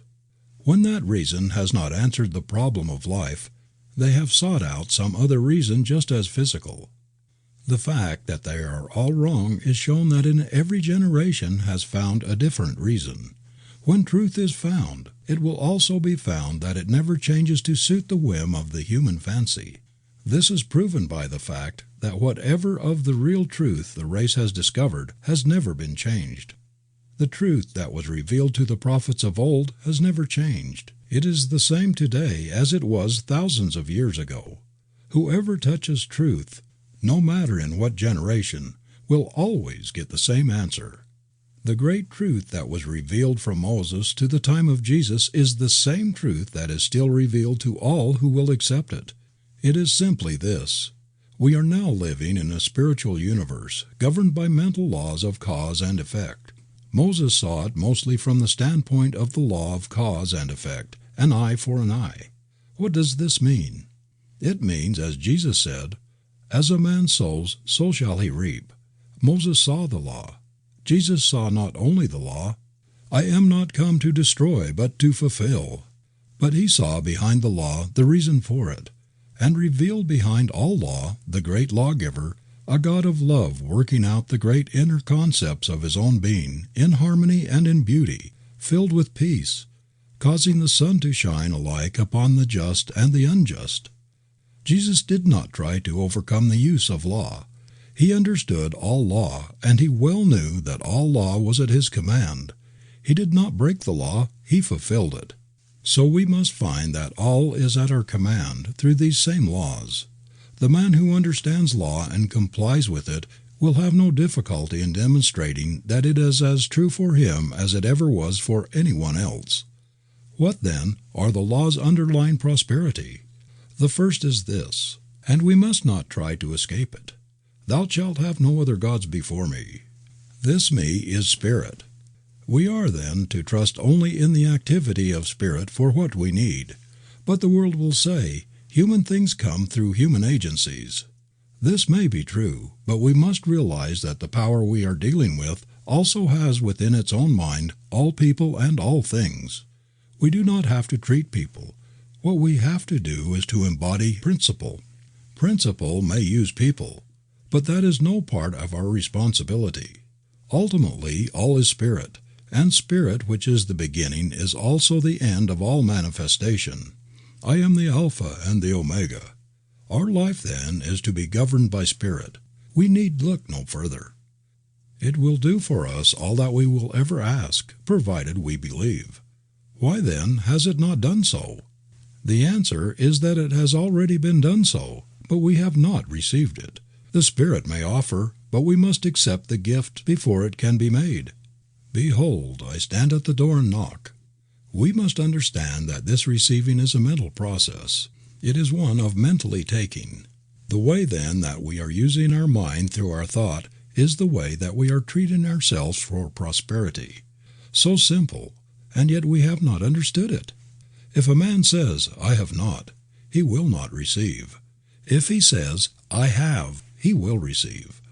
"To those who have shall be given, and to those who have not shall be taken away even that which they have." This is a veiled statement of the law of cause and effect. When you send out into mind the thought that you have not, it accepts the idea and takes away from you that which you have. Reverse the process and say, "I have," and it will at once set to work to create for you even more than you now possess. You will readily see then that you are not dealing with two powers, but with one, and that it operates through your own thought, doing unto all even as they believe. The level of consciousness. Since all is mind, and it is done unto us as we mentally think, all life is simply a law of thought, activity of consciousness. In our life the power flows through us. If we provide a big receptivity, it will do a big thing. If, on the other hand, we only believe in a small way, the activity must be a small one. The Spirit can do for us only what it can do through us. Unless we are able to provide the consciousness, it cannot make the gift. Few people have a great consciousness, and this explains why so few excel. The power behind all things of itself is without limit. It is all power. In us, it has to become what we make it. We carry within our own soul the key to all expression, but few enter in. The door is not seen with the physical eye, and as yet but few have gained the ability to see. The majority merely look. Realizing then that while the power is limitless, it must become operative through our own thought, we shall see that what we need is not some greater power, but that what we really need is a greater consciousness, a deeper realization of life, a grander concept of being. We must unify ourselves with the great whole. The man who dares to fling his thought out into universal intelligence with the positive assurance of one who knows and dares to claim all there is, will find that it will be done. God will honor his request. On the other hand, the one who fears to speak lest God will smite will find himself smitten of the law, not because God is angry, but because it is done as he believes. We have a right to have, and should expect to have in this world, all that will make for the comfort and for the luxuries of life. What matter how much we have, if we rob no other soul to get it? Shall not the power that so lavishly spreads itself out into nature give to us its highest expression all that we can ask? We dishonor God when we claim less than all. Until we can expand our thought so that we shall be able to say also, "I am," we need not expect to get great results. The soul knows that its own divinity is the great soul. Before it all else must bend. To it all else must gravitate. Enlarge your thought process. Away with the little personal thoughts of things, and dare to think in universal terms about all things. The universe is running over with good. It is for you, but you must believe and then take it. Do you dare to believe that your own word is invincible? When you speak it, how do you feel? Is it limitless? Is it all power? Is all power given to you in heaven and on earth? Are you the one with the only power that there is? Until you can say yes to all these questions and not simply believe them, but know them, you cannot hope to attain. It is useless in making demonstrations to beg for things. As well beg that water should be wet or that fire should be hot. Things are, we must take them. Your word has only the power that you put into it, no more and no less. We are all held accountable for every word that we speak, because all is the action and the reaction of mind. Man is his own heaven and his own hell. We start a new enterprise and wonder what the chances of success are. Have we realized that the outer is simply the inner manifested? When we go to a new place, we shall find there only what we have taken with us. If we have taken success, we will find success. If, on the other hand, we have taken failure, we will find failure. This is the law. None can avoid it. None need try. Every living soul is a law unto his own life. There is no law but my own soul shall set. Nothing can come upon the path of the soul but that thing that the soul attracts. Practice for prosperity. Prosperity is in our own hands to do with as we will, but we will never reach it until we learn to control our thought. We must see only what we want and never allow the other things to enter. If we wish activity, we must be active in our thought. We must see activity and speak it into everything that we do. The spoken word shall bring it to pass. We speak the word. It is brought to pass of the power that we speak it into. We can only speak the word that we understand. The activity will correspond to our inner concepts. If they are large, the results will be large. The thing to do is to unify ourselves with all the biggest ideas that we can compass, and realizing that our ideas govern our power of attraction, we should be constantly enlarging within ourselves. We must realize our at-one-ment with all power and know that our word will bring it to pass. We speak the word, it is brought to pass. As consciousness grows, it will manifest in enlarged opportunities and in a greater field of action. Most people think in the terms of universal powers. Feel that you are surrounded by all the power that there is when you speak, and never doubt but that what you will say will spring into being. We should speak right out into mind all that we desire, and believe that it will be done unto us. Never take the time to listen to those who doubt. We observe that their philosophy has done but little to save the world or themselves. Here again, let the dead bury the dead, and see to it that you maintain in your own thought what you want, letting go of all else. Think only what you want to happen, and never let yourself get mentally lazy and sluggish, taking on the suggestions of poverty and limitation.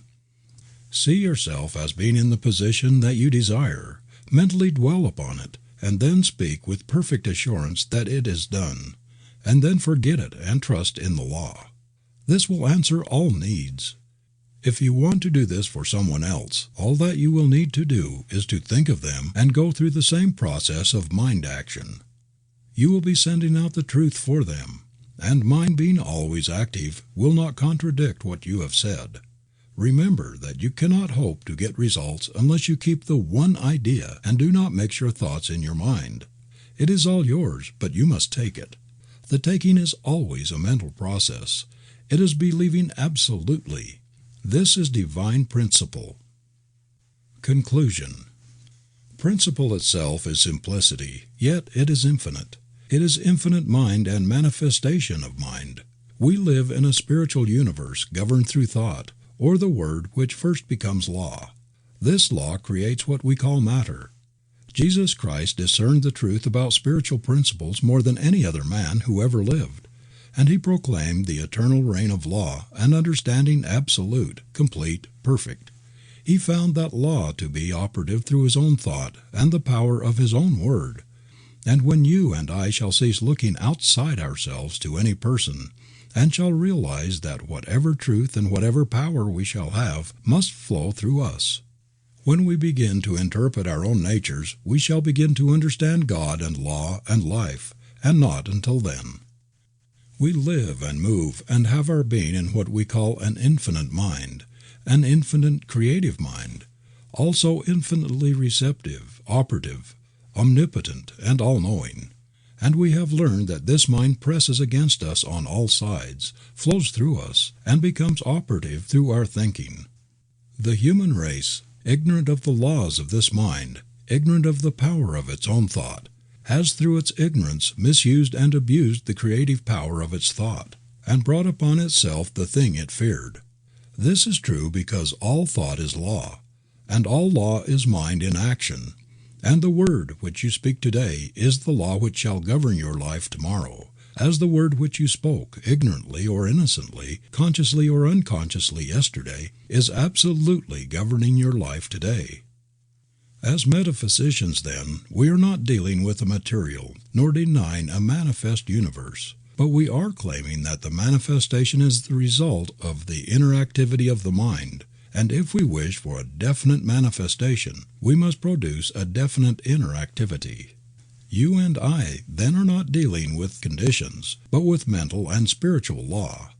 We are dealing with the power of thought, the power of mind, and the more spiritual the thought, the higher the manifestation. The more our reliance on what we call God, the greater the power. It is the new education because it strips all the faults from the old belief and reveals the individual. It is the new age because as sure as God is, it will usher in and express the perfect life, the revelation of this truth, and our ability to use it. And it is your own fault when you know this and do not prove it. If knowing the infinite power flowing through you, you still remain sick and unhappy, miserable and poor, my friend, it is your own fault. Do not blame God, do not blame man, and do not say it's of the devil. It's your own fault. Every time you say, I am, you are recognizing the eternal infinite presence of omnipotent power within yourself, which is God operating through your thought.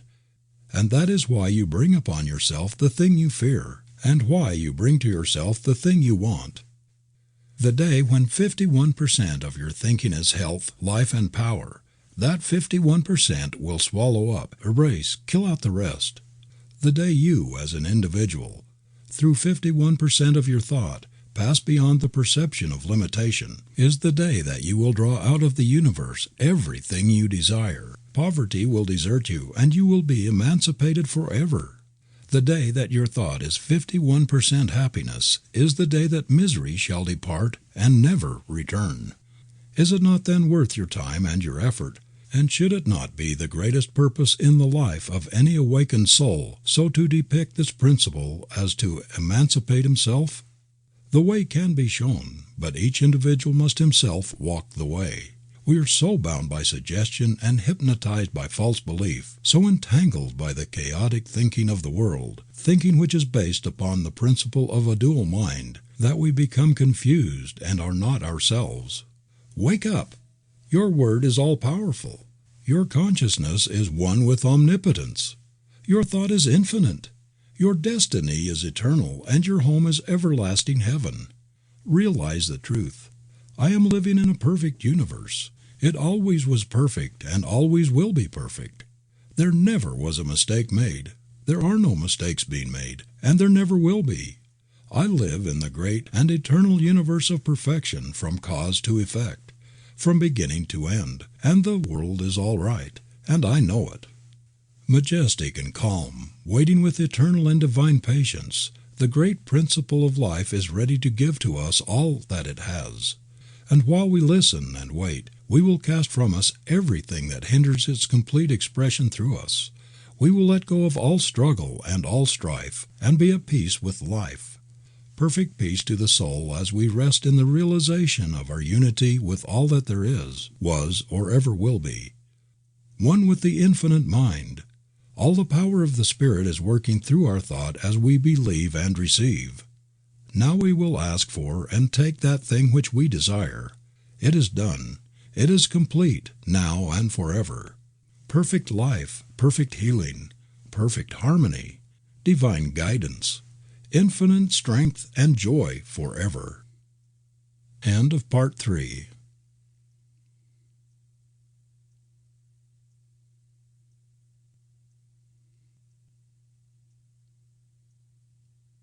If you enjoy timeless wisdom like this, consider subscribing for more audiobooks just like it. Part 4 of Creative Mind by Ernest Shurtleff Holmes. Questions and Answers. What is the truth? The truth is that which is. It is all that is. As there cannot be something and nothing, so the truth, being that which is, must at the same time be all that there is. Where is the truth? If the truth is all, it must be everywhere. Being all, there is no other substance to divide it with. Being undivided, it is everywhere present. All truth, which means all power, must be present at all points, or at any given point at any and all times. Has the truth changed? A substance cannot change unless there is something for it to change into. Since the truth is all, it cannot change, for there is no other thing for it to change into. Whatever is the truth then has never changed. Is the truth or that which is one or many? It must be one, since it is all. Is the truth conscious? Yes, man is conscious. He could not be so unless truth or life were conscious. Man's self-consciousness proves the self-consciousness of life or truth or spirit. Like produces like. What comes out of life? Everything that is comes out of life. If life is all, then it follows that all that is some form of life. How does life make things? Being all, it must make things out of itself. It must operate upon itself, through itself, and out of itself must make all that is made. Being conscious, it must know that it is doing this. What would we call this inner movement of life? The inner movement of life or consciousness we would call thought, or the self-knowing of life or spirit. Then the universe and all that is a part of it comes from thought? Yes, everything comes from thought. Do we not see a visible world that seems to change? And if we do, how is it that it could come from something that never changes?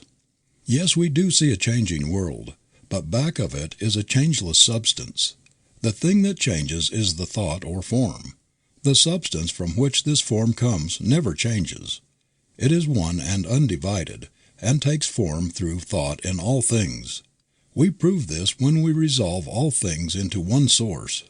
All material things, so-called, can be reduced into formless substance, the sole activity of which must be thought or the movement of intelligence upon itself. What causes form to change? The intelligence behind it. Is there nothing in the universe then but life, thought, and form? These are all. If this is true, what is physical law? Physical law is simply the result of the inner movement of life. If things and laws are the result of the inner movement of life, then does it not follow that thoughts are things? Yes, all things are simply thought forms. How long does thought last as form? As long as the thought is held in life or mind. Does the thought of life, mind, or good ever change? From all that we can know, the thought of God seems to change. That is, planets change, take form, and again become formless. When we realize that all this can take place without ever changing the substance behind it, we see no reason why God's thought could not change and ever build up a higher form. Indeed, this is one of the teachings of ancient wisdom, that while reality never changes, the form that it takes is ever changing.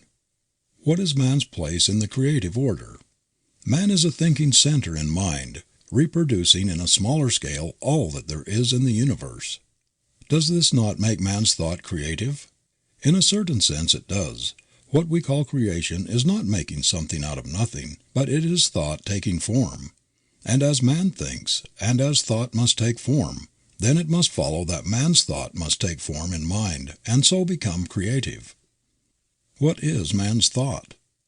It is the activity of that something within that can say, I am. What is the difference between God and man?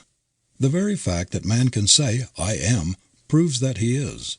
Since he is, he must be made out of life and must be some part of all that there is. This being so, man must be a part of God's consciousness. The difference would be in degree only. He must be as much of life as he recognizes himself to be. Is all of man's thought creative? Yes, all or none. If one thought produces, then all must. If this is true, how is it that man seems to be so limited? Because he has thought limitation, and thoughts are things that will always make the thing thought of. In reality, the very fact that man's thought can limit him also proves that it could free him from all limitation by simply changing his thought. But why is man so made that he can think two ways? This is a question that can be answered only in one way. Unless a man can think as he wants to think, he would not be a man at all, but simply a piece of mechanism. Man is an individual, and that means self-choice, backed by a power that will produce the thing chosen. In discovering himself, man chooses many things, uses them, and passes to a higher choice, ever ascending in the scale of being. As fast as he chooses, he experiences that thing which he thinks about. What is evil? Evil is the result of a lack of clear seeing, based upon a belief in two powers, and limitation of what we call sin is the result of man's struggle to find himself. If this be true, why could we not at once begin to change our whole life by first changing our thought? We could. We would not be changing real substance, but we would be changing the form that it takes through our thought. All that we can change is the form of thought through which experiences come to us. What is the limit of man's creative use of mind? Man is limited by nothing but his own thinking, by his mental ability to conceive. What is meant by mental conception? All things are produced by thought. The thing produced from mind is first formed in thought. Thought molds mind into form. But do we not have to act? We cannot think without acting. An inactive body is the result of an inactive mind. In using our creative powers, how far do we have to consider the conditions under which we live? We do not have to consider them at all. Conditions are the result, the effect, and not the cause. We create them as fast as we think. How would a person start to change conditions? By first changing thought and realizing that we are not dealing with an illusion, but with the great reality. Then by acting as though we already have what we think. How long would it take to do this? As long as it would take to let go of all negative thought and embody all positive thought. This would depend entirely upon the individual and his mental ability to control thought. What would hinder us the most? Ourselves. No one gives to us but ourselves, and no one takes from us but ourselves. Can no one else help us? Only to a limited degree. While we may be helped by those who understand the law for a time, yet sooner or later we must ourselves take the creative responsibility of our own lives. Others may think for us for a few moments a day, but we think for ourselves all the time. But does not God help us? Yes, God helps all, but must do it through law. All's love, yet all's law. How should we pray? By giving thanks that we already have that thing that we pray for. By completely believing and never doubting. When ye pray, believe that ye have received, and ye shall receive. We must be sure that in no way shall we think, act, or talk, or read about limitation. We must all be a law unto ourselves. Definitions. God. Infinite Spirit, self-knowing mind, life, truth, intelligence, love, all cause and all effect.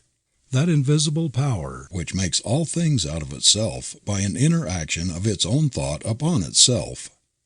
The visible universe. The ideas of God in expression, the body of God, expression of the divine mind. All visible life is an expression of an inner concept. Law. Mind in action. Law is not cause, it is effect. It is intelligence operating. All law is universal. Vibration.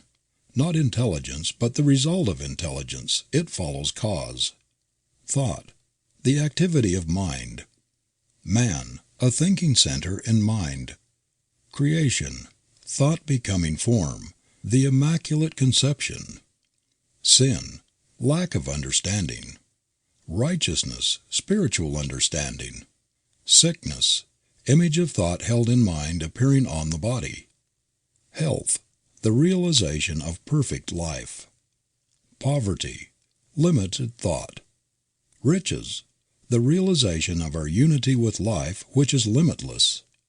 Consciousness. The realization of the fact that we are. Life. Consciousness of power and activity. Truth. That which is. Realization. An inner thought process whereby we become conscious of our unity with life. Absolute. Complete self-knowing. Causation. God, Spirit, life. That which is. Intelligence. That which knows that it is. Unfoldment. The birth of ideas coming forth from mind. Illusion. Belief in two powers. Soul. The inner creative life, the feminine, receptive, creative. Sense. Not an illusion, but the faculties through which we contact life in its expression. Motion. The inner activity of life-producing manifestation. Effect. The result of inner motion. The Word. The activity of thought. Faith. Positive mental activity. Fear. Negative mental activity. Attraction. The drawing power of thought. Unity. One mind flowing through all and in all. Objective. Life in its outer form. Subjective. Life in its inner thought or form. Karma. The law of cause and effect, the result of past thought and action binding the ignorant and freeing the wise. Multiplicity. The bringing forth from the one of an infinite variety of form, color, and motion. Treatment. the mental and spiritual activity of thought for a definite end. Demonstration, the result of correct thinking. Heaven, the atmosphere of correct thought. Hell, the atmosphere of false thinking. Peace, mind resting in the realization that it is all. Poise, an inner calm which never fears. Power, the result of the union of peace and poise. End of Part 4. End of Creative Mind by Ernest Shurtleff Holmes.